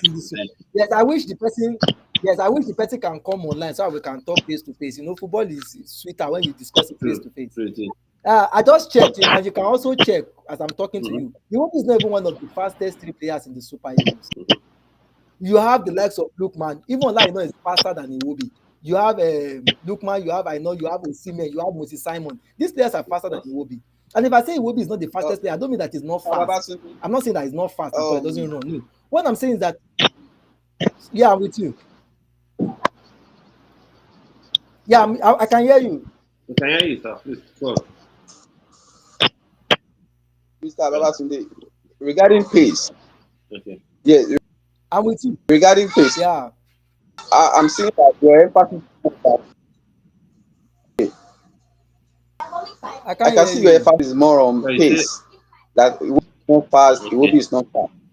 Iwobi is a clinical player. No. No, That's not my not emphasis. I think someone made the I'm only point. responding. No. Iwobi is a Yeah, I'm only responding to the person that made it's the not. point. Iwobi doesn't need to succeed. He's not hearing. I'm sure he's not hearing us. Mr. One of the Nigerian News. I'm not. best player, I'm not one of the hearing best in Premier.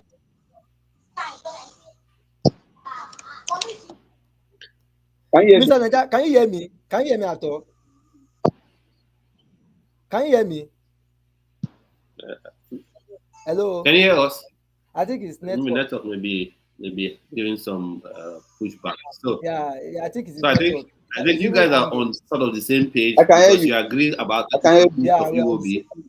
Yeah, you can hear me Yeah, now. okay. Yeah, actually, you did not get you did not get what. I can hear you clearly. That's not what I'm saying. Somebody made a comment. Yeah, Yes.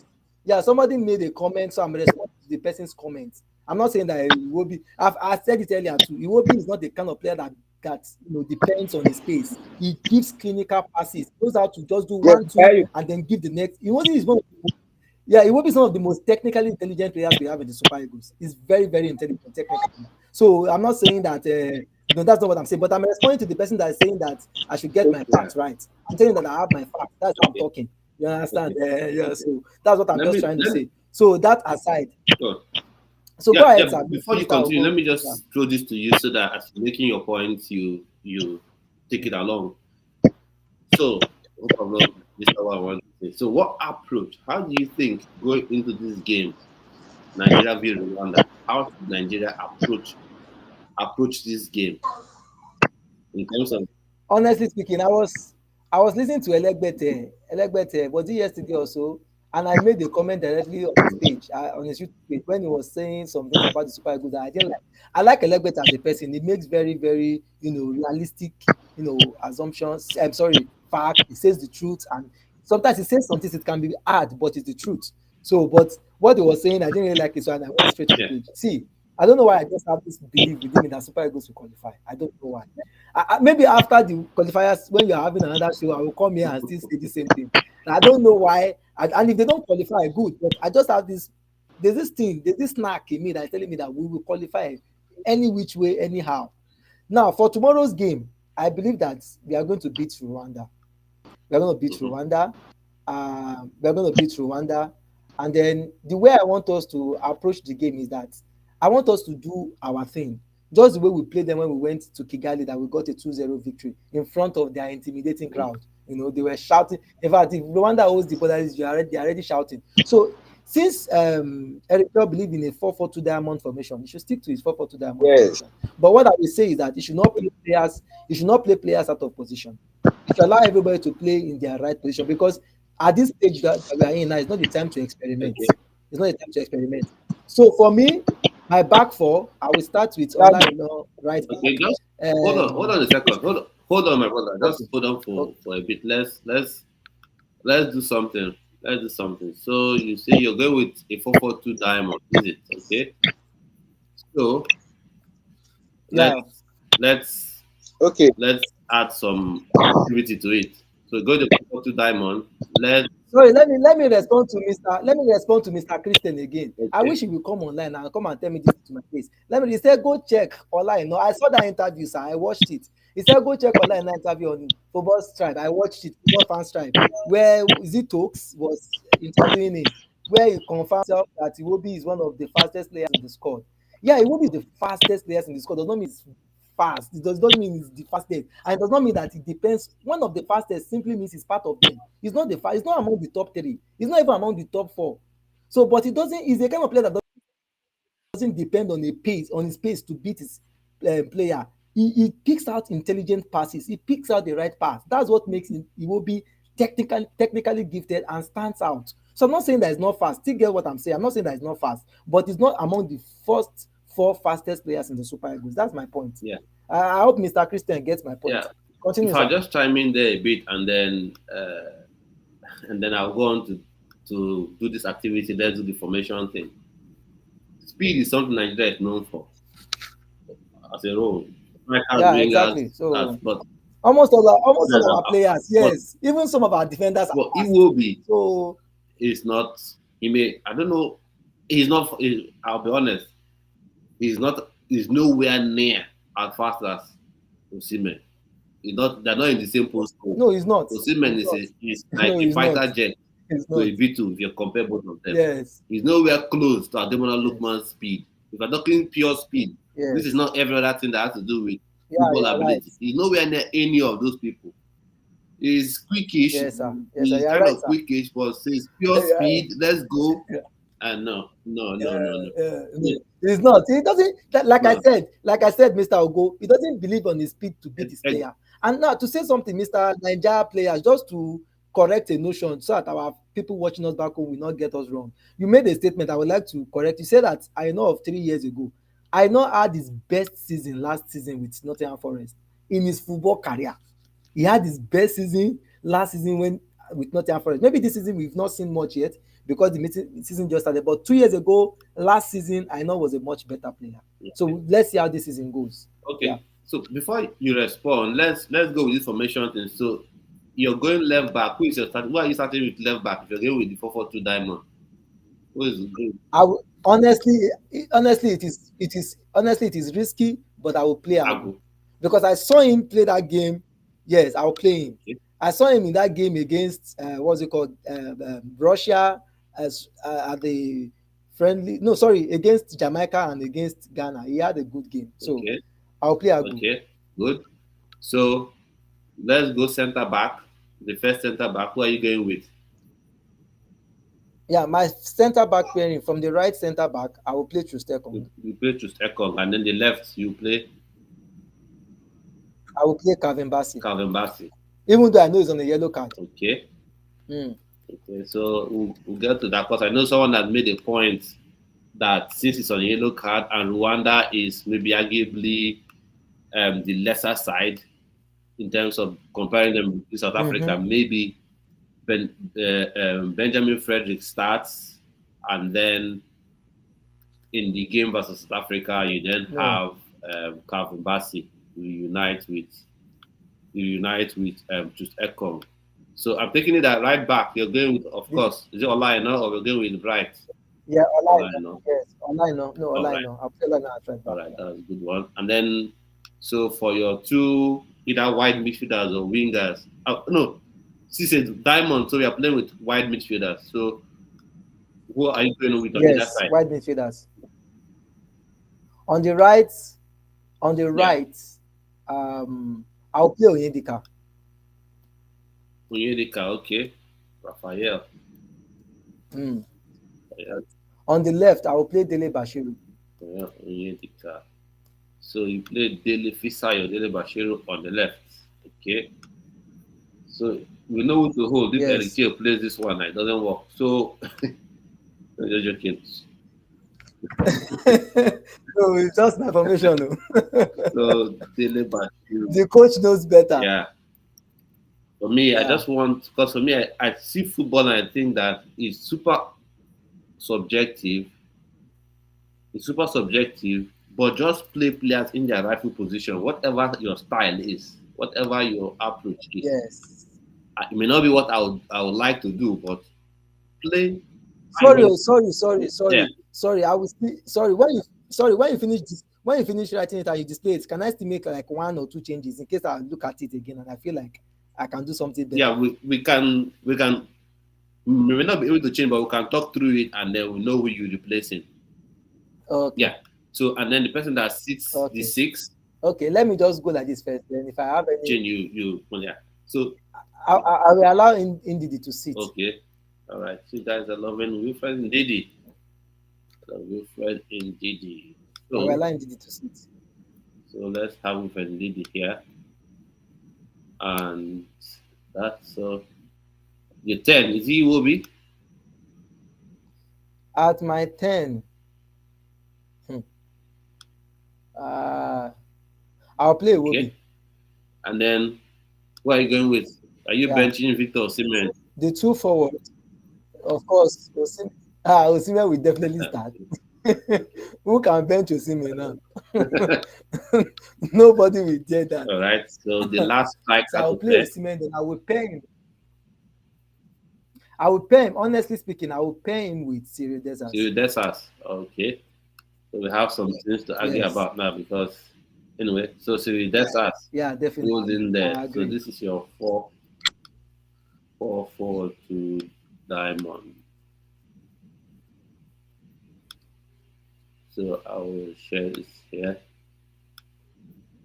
Yeah. So okay, what happened? He went off. Okay, let me bring him back on here. And then we're back. So let's look at this formation. This is what we want to go with now. So of course, one problem with our league is quick point. One problem with our league is that and South African league, no visibility. So this platform does not recognize Super United or Stanley Wabali. So but he's the keeper. We take it like that. Wow. So you go with Alex Ago as your left back option. What's your reason for that one as opposed to Bruno? Felix, Felix Agu is actually, if you watch him very well, compared to Bruno, a better marker. He marks better than Bruno. Sometimes Bruno can just go forward and forget himself. Mm-hmm. Even at Olympiacos, Bruno is not starting games. And looking at it, I watched the game between Werder Bremen and what's their name? Leverkusen, that they drew that match Mm-hmm. 3-3 from 3-1 down. I watched that match. And Agu was really good. And subsequently, I've been watching him. He knows how to go forward. He knows the right time to go forward. He knows when to come back. He knows how to defend. And we have seen that he's a better defender compared to. And again, his final crosses, his final product is okay, better. And he knows how to score. I mean, we've seen one of the goals that he scored for his team last season at Bundesliga. So that's why I went for him. So, my brother, do you agree? What do you think? You're in for Agu, or you want Bruno Yemachi, or want some other person? I'll be picking Agu over Bruno all day, all night. All right. So I agree on that one. I've one position on this in the Super Eagles that I'm happy about is the left back, because for me, you don't have so much of a 1 and a 2. You have a 1A and a 1B. Either can come and do a good job there.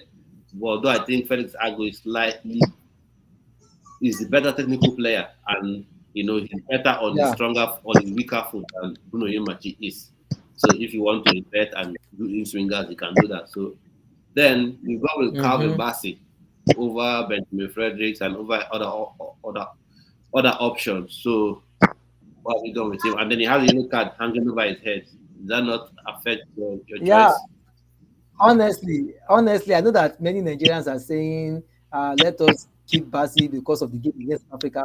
But I always say something.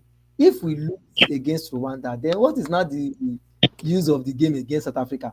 At that time, it will no longer be, it will become inconsequential, because at that time we are already out of the competition. So this game, as it stands now, even indeed in his interview he said it, this game as it stands now is our most important game. We need to get a result against Rwanda. And I mean, Calvin Bassey was the full-time player of the season last season. He was one of the best defenders in the Premier League last season. Calvin Bassey is having a good time in his career, and I think the guy is about entering his peak. He has not even entered finish. He's just still entering his peak. So, and for the past few years now, he has been the mainstay, left-sided centre back for the Super Eagles. He has been pairing either a pairs Rustegong or a pairs Sebi, but he has been a mainstay, and he has that experience already. Calvin Bassey has become more bullish. He's stronger with his game. Now, even last season, he does some easy runs. He will just take the ball and then drive into the opposition box and try to make nice passes. So, all round, Calvin Bassey is a very good player. He's having a good season. He's technically gifted. He's tactically sound. And I think So, Calvin Bassey, for me, I would normally want him to start, although my boy got injured and so was not available. Didn't make the list, was eventually dropped. Igor, who I feel like is just something else as a defender. But no, that guy is another guy we should. I know Nigerians have their sentiments about him, but I love that guy. No, he's another guy we should watch out for. Crazy guy in a very, very good way. You want to have him in your team. So, my brother, Nigerian players, you happy with Bassey? Yes, exactly. Okay. Bassey is the best player there. Okay. Now, okay, go on. Sorry. Bassey is the face of Nigeria now. So yes, Bassey. Okay, that's good. So now, Chus Ekong, we're all happy with Chus Ekong, because Chus Ekong, of course, everyone complained about the results of his role rather in Nigeria's consistent goal versus Zimbabwe. But for me, when I look at it, I had the blame for me. I had more blame on Ndidi than Chus Ekong for that goal, because he abandoned his man and did lazy things. At any level you played football, whether high professional level or just with your friends or local club or anything, you know what Ndidi did? I don't tire. That's what he did. He had gassed out at that point. And so he went and just, another thing I would say is that Ekong is still okay, but he's already past his prime. Ekong is now a senior man in the Eagles. What I will advise is that for the sake of the nature of this match, he should start. But when we get to about 60 something, 70 something minutes, probably we are leading. They should remove him. Because as much as we will blame Ndidi, the way Chirewa, that guy that scored this goal, I told you I see what the highlight yesterday. The way Chirewa glided past Ekong was just so annoying. I watched that replay yesterday, I was so angry. It was just so annoying. So as maybe when it gets to like 70 something minutes, 60 something, 70 minutes, 70 plus minutes, they should remove it and bring in someone that can, run more. We have Chidozie Awazim. Chidozie Awazim is a very, I just used to say that guy is one of the most underrated defenders in the Super Eagles. So Chidozie Awazim too is very good. We can always bring him in, or probably we bring in the young. But at this point, I will not throw in the young Benjamin Frederick. I won't. So I will go for Chidozie Awazim. So my brother, what you agree with Ekong inclusion? Yes, but that Ekong is very active. Considering his age, but the experience is still there, and we don't have exactly. Yes, we have less option for that because we still we can't bench someone of such experience and start the young one, because when you lose, they will ask you have an experienced defender, why don't you use them? So that is where the conversation will start from. So we're good to go. Yeah, that's a fair point. That's a fair point. We should also explore more on that TB that we pair with Bassey, either Awazim or Igo. Mm-hmm. Yeah, Igo needs to be in this. Not obviously he's out injured, but he needs, matter of course, to be part of this Super Eagles because he brings something unique. Yeah, something unique. Something he's different. Aggressive. He's quick. He can give you switch balls. So he has everything, And I think the deal with Tosin is that this Tosin thing has become so much of cloak and dagger type of business. Because ordinarily 6'5", he's got the passing range. Immediately he comes in, he's imposing. So you would feel that Tosin should have a role to play in the Nigerian Super Eagles, but it's become too much cloak and dagger. I don't know if he's waiting for Nigeria to actually qualify. No, I think Tosin. I think Tosin is not just serious. They should forget about him. He's not a serious person. They should forget about him. We don't need Tosin now. Yeah. At all. You should just forget about him. You should go and wait for him. Exactly. So, but there are other ones we talk about. We should have more shows where we talk about a lot of these players. There's David Odogu, there's Alessandro Macandeli. There's this guy too at Ghent. Sorry, at Club Book. What's his name? Sosuji. Yeah, another very good one. Yeah, that guy too. Well. Yeah, so some guys are coming up. Give them 2 years. Give them 2 years. Yeah. Of course, there's no debate there. We'll just move along. Everybody is agreed on that one. There's no dissenting opinion about Olaino. No, it's undisputably the best right now. There's no argument about it right now for that one. So these 6 areas, you guys are good. Okay, go on. Sorry. We talked about this question, Olubatu and Siradasa. I agree with all the rest of the players. Yeah, okay. You agree with all the we'll talk to me, let's talk about Ndidi because that's where may have issues. Okay. I have issues with Ndidi. I do have issues, right? See, honestly, Mr. Ogo, if I wanted to really pick, if this game was not a game that is so important now, and looking at the psychology of the players, Ndidi is a senior player, so he has that calm. I'm sure he's going to have that calm psychology. He's going to have that calm demeanor because he has been in this kind of situation before. If not for that, honestly, I would have played. What's his name? I would have played Anoyeka ahead of him. I just hope that he doesn't calmly allow somebody fly past him. No, like I said for Ekong, once it gets to 60 something, 70 minutes, 70 plus minutes, I will move him for Yenka. Okay. So now let's move Yenka is 26. No, Onyeka plays. He plays the holding role very well too. He plays it very well. Even in his club, sometimes they play him at an advanced position. See, anyway, Onyeka is a box-to-box midfielder. The only No, who but can replace Wilfred Ndidi is Onyedika. Onyedika, yes, Onyedika. I agree with you. But the reason why I will tell you the reason why we play Onyeka there. Onyeka is not as if he has never played. He plays it for the Super Eagles sometimes. And the reason why we still play him there is because Onyeka is one of our most rugged midfielders. He has energy. He has the energy, yes. He knows how to make he knows how to make those sliding tackles when other players are trying to. Look at the AFCON. He was one person that was really covering ground, and he played very well at AFCON. But at the same time, so because of defense, he can do the rough work. I didn't get you. Just like Caicedo, a person like Caicedo. But yes, it's Onyeka will never play deep or sit with the defenders. No, he's a box-to-box. Onyeka can play deep. You didn't watch him he did it at the AFCON. There were times that all those times I'm trying to remember specifically now. He did at the AFCON. Onyeka can play. Just that he doesn't play there every time, but he can. It's one thing he can play. Even in his club, sometimes when they need someone to sit back and defend the back foot, he plays it.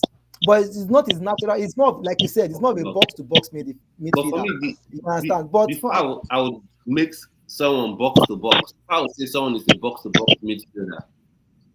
He must be good with the ball on his feet. When you're as a box-to-box midfielder, you should be coming up with them assists or some goals. If you're going that way, because for me, there's this player, Redondo. I mentioned it earlier in the video. Redondo used to play for Real Madrid as a 6, but by the All-Spark, the kind of positions he used to appear in with the ball. You say, what is this guy? How come is he appearing in this spot? Sometimes you see him at the left side, you see him at the right. Sometimes you almost see him as a 10, and he was super skillful on the ball, but primarily he was a 6. So I feel like 6 doesn't necessarily have to. I'm not saying any of you are saying this, but I'm not saying a 6 doesn't necessarily have to be someone that just sits there and is not super dynamic. Like Lampard made that mistake at Chelsea. N'Golo Kante, one of the world's best 6 in the world, as at that time, he came in and saw N'Golo Kante's mobility and said, okay, you're not a box-to-box midfielder. And N'Golo Kante, that's where his injury started at Chelsea. His sort of mini slump happened at Chelsea before, he was sold. But anyway, so you both agree with Ndidi. Let's go to 2 areas that I think there is disagreement is Fisa Dede Bashiru. So first, okay, that's gone off. So I think it's network issues. Apologies for that one. So this Dele Bashiru, I think he suits there because I guess he can go 2 ways. He has those long range shots from outside. He has energy to play there. Yeah. So I see. Another reason why I played Onyedika and Bashiru there is because normally I know that everybody will expect me to play a natural winger like Chukwueze and maybe Moses Simon, or Chukwueze and maybe Alex Iwobi there. Then play probably Ademola Lookman in front of Desert. But the reason I went with the 2 of them is because they are naturally midfielders, the both of them. So when we need people to really go back and help us soak pressure, they will be able to do that very well. But when you play a player like Chukwueze that does not really, though if you watch Chukwueze these days, he has improved in his marking. But when you play a player like Chukwueze that is not really naturally a midfielder that doesn't really know how to mark, we will suffer. And that's what happened in our game against Zimbabwe. At a point, they were just gliding past Chukwueze anyhow. They were gliding past him anyhow because he's not a natural, he doesn't have that instinct. But playing these 2 guys there, I know that going forward, we may not really be solid. But if you watch Onyedika Club Brugge, Onyedika is very good at giving those passes. Those diagonal passes, he's very good at it. He knows how to pick his players. He's improving in that aspect of the game. And Dele Bashiru too now, he knows how to drive the ball forward. He knows how to move with the ball. He knows when to come back. So that is the reason why I played the 2 of them, though. But I mean, I'm still flexible for change. As for me, like, I might have gone with a different formation, but if you're going with a 4-4-2 diamond, which essentially the principles of it is that you control midfield and your fullbacks create width. So And then you give and then you maintain a high press. If you're playing that way, then you cannot afford to have Ademola Lookman playing as a left or right-sided midfielder. You cannot afford to have Chukwueze playing there because their natural instincts will kick in. They may look like they can do it the first 5 to 6 minutes, but when they don't get the ball, and they will not leave the workload. Exactly, you now have only Didi coping with much. everything there. So I get that bit, and then the one area that I personally have quarrel with you right now is It's Desert. That is where I have issues because this is why I have issues. It's not like he's not a good player, but I feel like he is not a monster. He's not a gangster in a good way. And for him to really thrive, he needs that 10 that has that, finesse on the ball that can spot his runs, give it to him. And I look at Iwobi. When I speak about Iwobi, sometimes people think I don't like Iwobi or something, but I say, can Iwobi really, really, really be that guy that is super creative on the ball? Now, but let's face it, based on the people called, based on the players called, if you're going to play 10, probably is him, right? Probably is the one you play there. Yeah. So I just feel like Cyril Dessers is that guy that will play on the shoulder of the last defender, you slip him through, he will finish. I think after Victor Osimhen, he is the second best finisher, in the Super Eagles team presently. Now, I will tell you the reason why I played Desert there. Though, like I said, I stand to be corrected. Naturally, I wanted to play someone like maybe a Christian Tosuche there, so that he can give that support to, call attention to himself, so he can give Osimhen the space to be able to play a bit. Because Christian Tosuche is the kind of player that naturally attracts players because of his physique, the way he holds the ball, his hold-up play, and everything. But the reason why I'm playing Desert there is this. I don't know if you watch Desert at Rangers very well. I watch him a lot. Like, I watched the Scottish League very well because of him and Leon Balogun last season. Now he has left Rangers, he's now at Panathinaikos. And I will still go and be watching him at Panathinaikos because I like him as a player. The truth is that Desert is one of those players in Super Eagles that has a very neat footwork.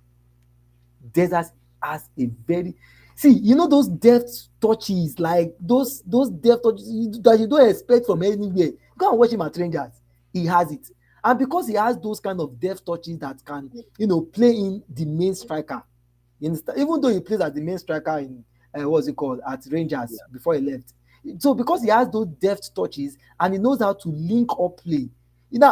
Saying that sometimes, and he also learns, if you watch his game now, he has added, agility to it. He pursues every ball now, he chases the ball. He's no longer just that kind of striker that sits back and wait for the ball. He goes to the midfield to collect the ball, he chases the ball, he tries to get the ball. So he is the kind of player that knows how to, do all those things. If we have a player like that can run up, chase the ball, collect the ball, with a player like Osimhen too that has the energy to run, chase the ball and everything, I mean, I feel like he's going to, and for the fact that he has a very clean footwork, Desert has a very, very clean footwork. So he's going to be able, and another thing, Desert is not a selfish player. I mean, if you watch our game against Zimbabwe, there were some balls that I love Lookman so much, African best, no doubt. In fact, if he was truly, truly fit and then he doesn't have issue, I would have put him in this lineup. But one issue I have against Lookman is the fact that Lookman can be sometimes selfish.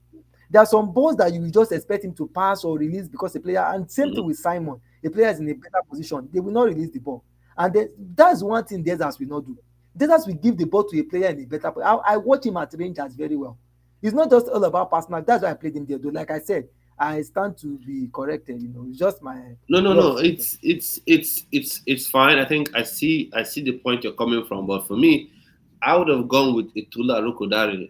So look, people watching, if you have different opinion, who should start, who should have been here, a different information altogether, let's know in the chats. I would have gone with Itula Rokodare. I can take this off now so it can be more visible on the screen. So I would have gone with Itula Rokodare because I feel like 6'6", definitely as a defender, you're not seeing a 6'6" striker and leaving him alone. For sure, you're going to try to clog him up, make it difficult for him to, reach for balls and all those kind of things. And then you definitely, and then you allow him to Osimhen tons of space, which means a lot of goals are going to hit your net.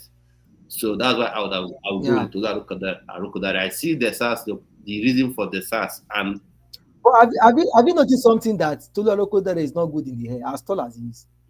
Have you noticed that? Yeah, that most of the he showed that in the match against Zimbabwe, he flopped like about 2 or 3 headers. He showed that in the match against what's their name? Russia. I think there was a chance he had also header. He showed that in the match against is it Jamaica or Ghana? I can't really remember. Yeah. Tolu is not so good at headers. That's one challenge I have with him. And I pray, I sincerely pray he succeeds as well. Yeah. I'm a person that is not so convinced with Tolu Arokodare as a player. I like him as a player, but I'm not so convinced of his ability. But I pray he actually succeed at Wolves and prove some of us that are doubting him and prove us wrong. But he is not so good with headers. That is one challenge. So when you are a top player and you don't have the heading ability, it makes your height looks kind of useless. That's just the challenge I have with him. That's honest. I see that point. But on the other hand, in terms of Tolu Arokodare, what I see that he could bring is, as a 6'6" person, whether or not you're good in the air, and that's why Victor Osimhen will play with him, not him playing alone. Anytime. Because that ball, defenders will fight with you, and balls will drop off. And Victor Osimhen will latch onto those drop balls for what? I get the point you are coming. I get the point where you're coming from. Even if you're just making runs, you must. You can't just leave a giant striker like that and say, go your way. You must mark him 1 or 2. And Victor Osimhen is an absolute monster in the best way possible, because he's the one striker that embodies the spirit of DJ Drogba. I can battle 4 defenders by myself. I can keep them occupied. So if you have one person that can also keep a couple occupied, then you can imagine what he will do. Because back in them days, you used to have this formation where they'll play 4-4-2, 2 strikers, basically a giant striker and a short striker. So it's usually maybe a Crouch and a Defoe, those type of things. So Crouch will battle in the air, ball come to Defoe. So can you imagine?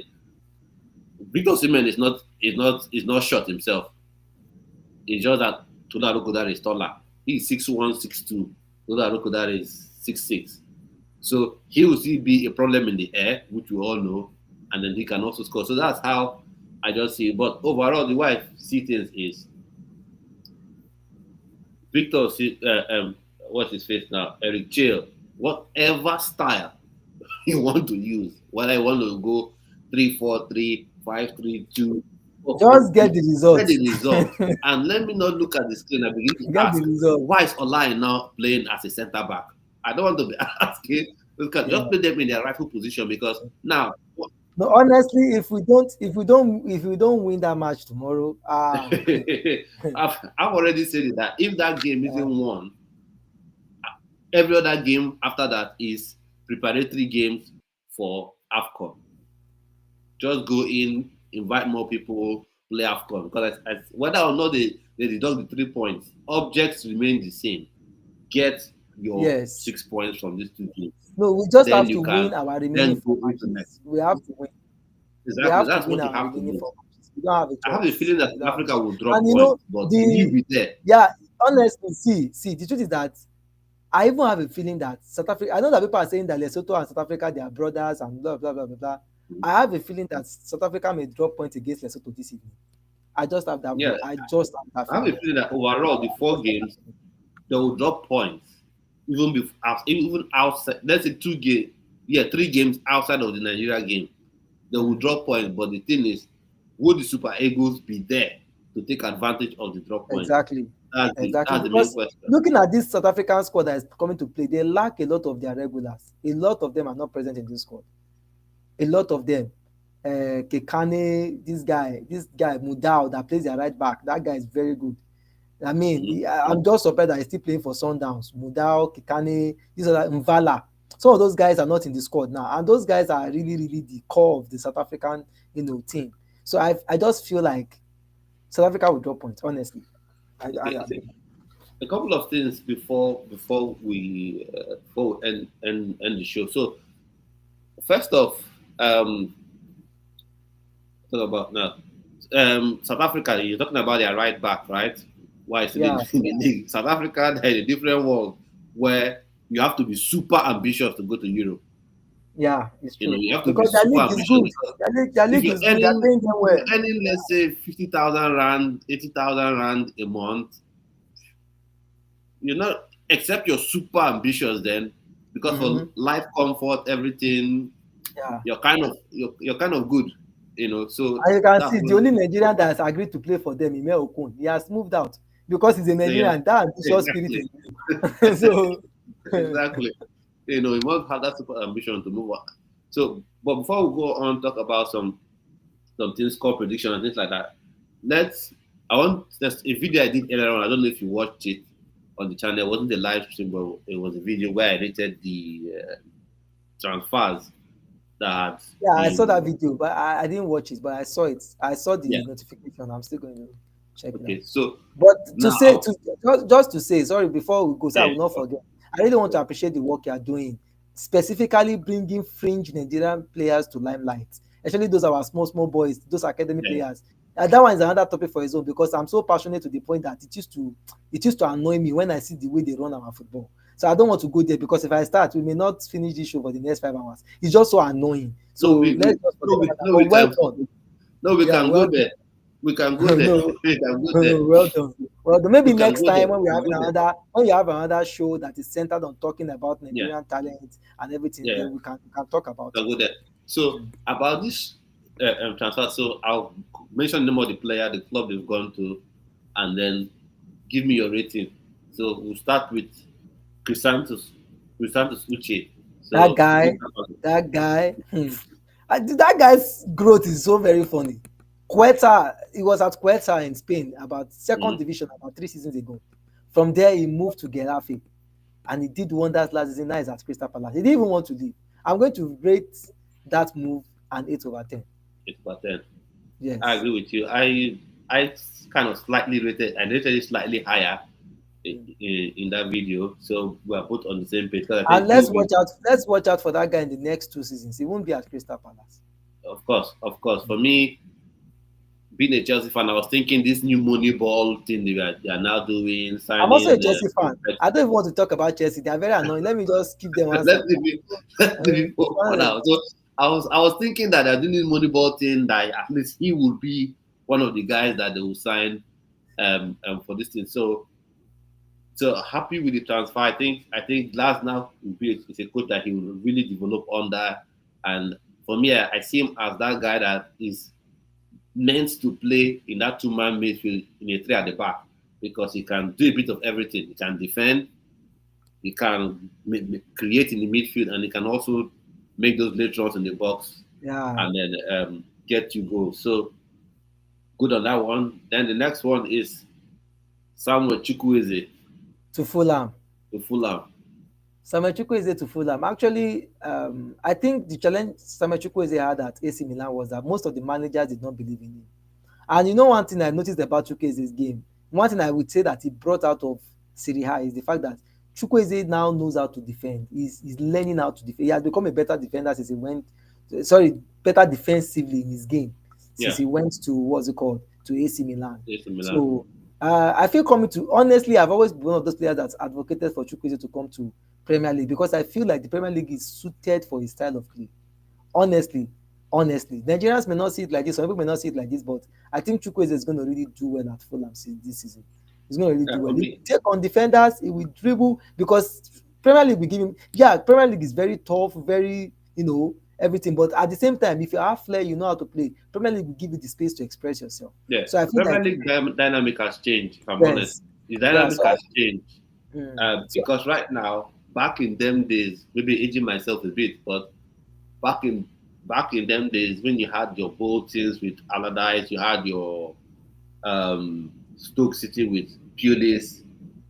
yeah, Those teams, they're not going to come. Have the ball, take it. We yeah, don't want you're to right. come out. We are not You're coming right. out. Have the ball, do what you like. We will make Uh, life difficult for you. But yeah, now, even newly promoted sides, straight out of championship, highlight, everybody. let's pass up from the back. Look Every at time that Sunderland. Look at Sunderland. Sunderland was one of the highest spenders in this transfer window. Mhm. Sunderland. I mean, so Exactly. So I will everybody, rate. Yeah, I will rate so his book a 7/10. 7/10. Okay. Yes. Okay. So 7/10, that would be a B minus. So I think we're on the same level with that one. Yes. Then, of course, our giant striker, Tula Kodare, how would you rate his move to Wolves? Well, it's a good move, but I will. The only thing I cannot assure is if he's going to perform the way we expect. Like I said, personally, I'm not. I've never believed in total local so much like that. But I pray and I hope he performs and prove me wrong, prove other people that feels the same way wrong. But it's a good move. So concerning the move, say I should rate the move. I will rate it Mm-hmm. as an 8/10 because coming from a Ghent, Mm-hmm. coming from Genk in Okay. Belgium to the what's it called, to the Premier League is a Premier very League. good, But if I'm to rate the performance, we have to wait till after the season. But rating the move in itself, I will rate Yeah. it an 8/10. 8/10. Yeah. For me, sometimes it's not your moving; it's where you move to that defines your move. And I think the fact that he has moved to the Wolves that will give him the platform to bed in to Premier League football and how they play.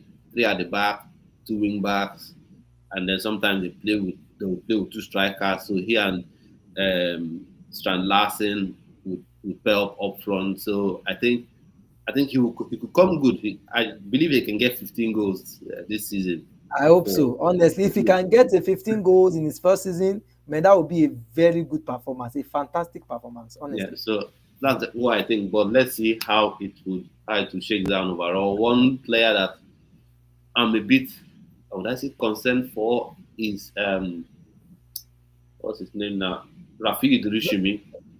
Rafik, Durushimi played for yeah, I saw that he has even refused to train to train. as Yeah, Victoria pleasing and yeah, everything. He has refused to. yeah. Well, That that guy again, is. I mean, that guy has gone through a lot. You remember when is it Frankfurt, Entrance Frankfurt Frankfurt. Yes, wanted to they're sign him? interested in Yeah, him. Yes, and they then were. the deal collapsed at the death of it. Now he's Yes, having issues with his club.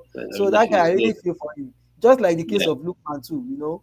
But I, I will advise him to be calm and patient. I mean, the transfer window is, except in some places, transfer yeah, window is almost short already. So yeah. let's Belgium see if is we still can open. get a good Belgium stays yeah. till 8. They'll close on the 8th of September. So So for me, the thing with our players, we'll talk about this and then I'll say a few things and then we'll round up. So the thing for me is our players, I don't think they are really in tune with certain clauses in contracts. mm-hmm. And I said this on a couple of videos. Gentleman's agreement doesn't exist. It means nothing. If that owner, if that chairman of the club, CEO of the club, wants that thing, he will have it in writing. You're When right. you're a player that is of super value and they want to add £100 million buyout clause, it's in the contract. They don't say it's gentleman's agreement. It's true. It's true. So I you go think there and say, oh, they don't worry, my boy. Well, we'll get it as long as you're a good boy. No. Contract. put it in writing. Yes. I've said it before as a joke. If you want to, should I say, parrots to speak before you wake up each morning, and that's super important to you, have it in the contract. No gentleman's agreement, no. It should be in the contract because end of the day they can turn you against the fans. And the CEO of Atalanta came with his own version of things. He said, "Oh yeah, we had the agreement, but it was for clubs outside of Italy. So if any club in Italy bids, we have to still be in position to agree and all that. So that's where it is. So so Musa Yohana says, Nigeria, please win this game for us before second half. I need to see not three not okay in favor of Nigeria. Okay, of course, I just wish Nigeria can PSG As in, Rwanda. as PSG, in. they use them 4 goals before the But first half. one thing I would like to say is that for me, the most disappointing move of this season is Gabriel Osho. How do you explain a player moving from a Ligue 1 in France? Sorry, from the Ligue 1, Ligue Yeah, 1 in France. yeah, That is AJ Oxe. yeah. To a Cardiff City in English second division. No, Not that's even odd, the odd for me. championship. Like, It was odd for me. I asked the question, is it that became homesick? No, that was the most disappointing move of the season for me. And then they see whether they give him a sign-on package or this £750,000. Yeah, even Bright Osai Samuel that moved from Fenerbahce to Birmingham City. I'm not so okay with that move because to me, I mean, I know Fenerbahce is Turkish league, but you are playing top football. You were playing in the Europa League. You were, you now move from there to the championship. I mean, our players needs to be more ambitious, honestly. Yeah, they need to be, especially one thing our players need to understand is that once you've made that first move, I know this may not apply to Osho or Bright Osai Samuel because they were born overseas and maybe slightly different. But so I understand the struggle of people coming straight from Nigerian grassroots and all that. So your first move, you may be crazy to sign whatever, right? But once you got that first move of say you're earning 5,000 euros a week or 10,000 euros a week or 10,000 pounds, as the case may be, be chilled for the next one. As in, be chill for the next move. Don't just be playing. Let me no. Be chill. Even if you save 10 grand a week, you should be chill and get a good move. Don't just rush and sign. And that's what Ademola Lookman is on 45,000 euros a week. The player of his caliber. African Player of the Year for that matter. Exactly. So it's like what worries us in the Nigerian scene back as in grassroots. It also applies to people of Nigerian origin abroad as well, which is like, oh, let me just sign and get this money or something like that. But think about exit strategy. If I'm to leave this club, how would I leave? You need to have buyer clause inserted. There are people that have buyer clause inserted up to the point where down to the specific club. If Real Madrid bids for me, give me permission to speak to them. Honestly, I'm not also impressed with Victor Osimhen's move but Victor Osimhen's case, his own is still kind of understandable because of the whole everything that surrounded the move. And imagine a Gyökeres. How will you be? Do you want to compare what's this guy that just signed for Manchester United? Šeško. Do you want to compare Šeško to? I mean, some of these things is just, I don't want to use the word, but it's just very funny. But I mean, Šeško had in his contract some special clubs. If they bid, they should. I will go. I think that would Leipzig would allow him to speak. Manchester United was one of them. So, the management of our players, those managing them are not doing well. The players themselves are not really signing on to good management boards. They are not really having top-notch agents. So they need to. I mean, so that's it for me. They don't get good advice. So one thing I'll just say lastly is, if you have a good agent, rather my head just said somewhere else. The thing about Victor Osimhen, when the deal was going to go south, I knew it. And that was when, after the falling out with the coconut business and all those kind of things, in my head I was saying, Victor Osimhen, do not renew your contract. Whatever you do not renew your contract. Like clockwork. Bish Bash, he renewed the contract. That was exactly. They insisted that huge buyout clause. And then we all know the thing about how African players are viewed, Nigerian players are viewed, even by our own African fans, even by our own Nigerian fans. Look at what we are saying about Victor Osimhen from the Chelsea. Oh, so now you go on and pass Palmer. When Palmer was a kid, when Victor Osimhen was playing Champions League, Palmer was still probably in academy. But you're seeing full Nigerians saying, why would you want to come and impasse Palmer? I'm like, what are you talking about? Body of work. How about body of work? So I think representation matters and all that. So I think, speaking about new players and grassroots and all that, we'll have another video another stream, another video to talk about, because I talk about it a lot. I'll be live on your. Yeah, there's a video shot by a player there. Yeah, I'll be live on your show by then. I'll be live on your show. Okay. So we'll talk about a lot of these things. So I want to say, for those who want to join, because I'm saying what we want to do with this channel is, of course, we'll talk about Chelsea, Arsenal, Manchester United. We'll talk about Nigerian Super Eagles qualifying for World Cup pre-season, AFCON qualifiers, the under 20 tournament coming up as well in Chile. We're going to do watch alongs for that, discuss about the games, react to them, and all that. But as well, one thing I want to also be able to achieve with the channel is to impact people's lives, give back in a way, so, and really have a big footballing community. So I've put that image up before. So if you want to join the WhatsApp group, if you're watching there, you can scan the QR code, scan and join. So if you want to be a panelist on any of the Champions League shows, Europa League shows, or Premier League shows, you can, from that group, we'll be selected from there to join. So I'll bring up the QR code again, because I think I'll bring up the QR code again. What's happening with this? Not coming on. Okay. Don't know. Okay, so open up. It comes on. No. Replace this. Now what's coming on? Replace you. Sorry. With this. So this is a QR code. If you want to join and be part of the group, you can scan the QR code with your phone and join, so you can have discussions outside of here about Nigerian football and all that, but also to be part of the panel. So when the links are dropped, you can click on there and join. So that's the QR code to be part of it. So I want to say a big thank you.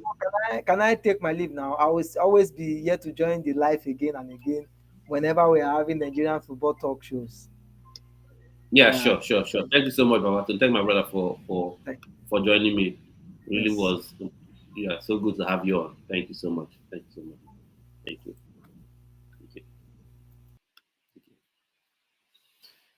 So I want to thank you, everyone that's been watching this stream from the beginning of the stream till now. I've been super happy to have you on here. It means a lot that you stuck with me for well over 2 hours now.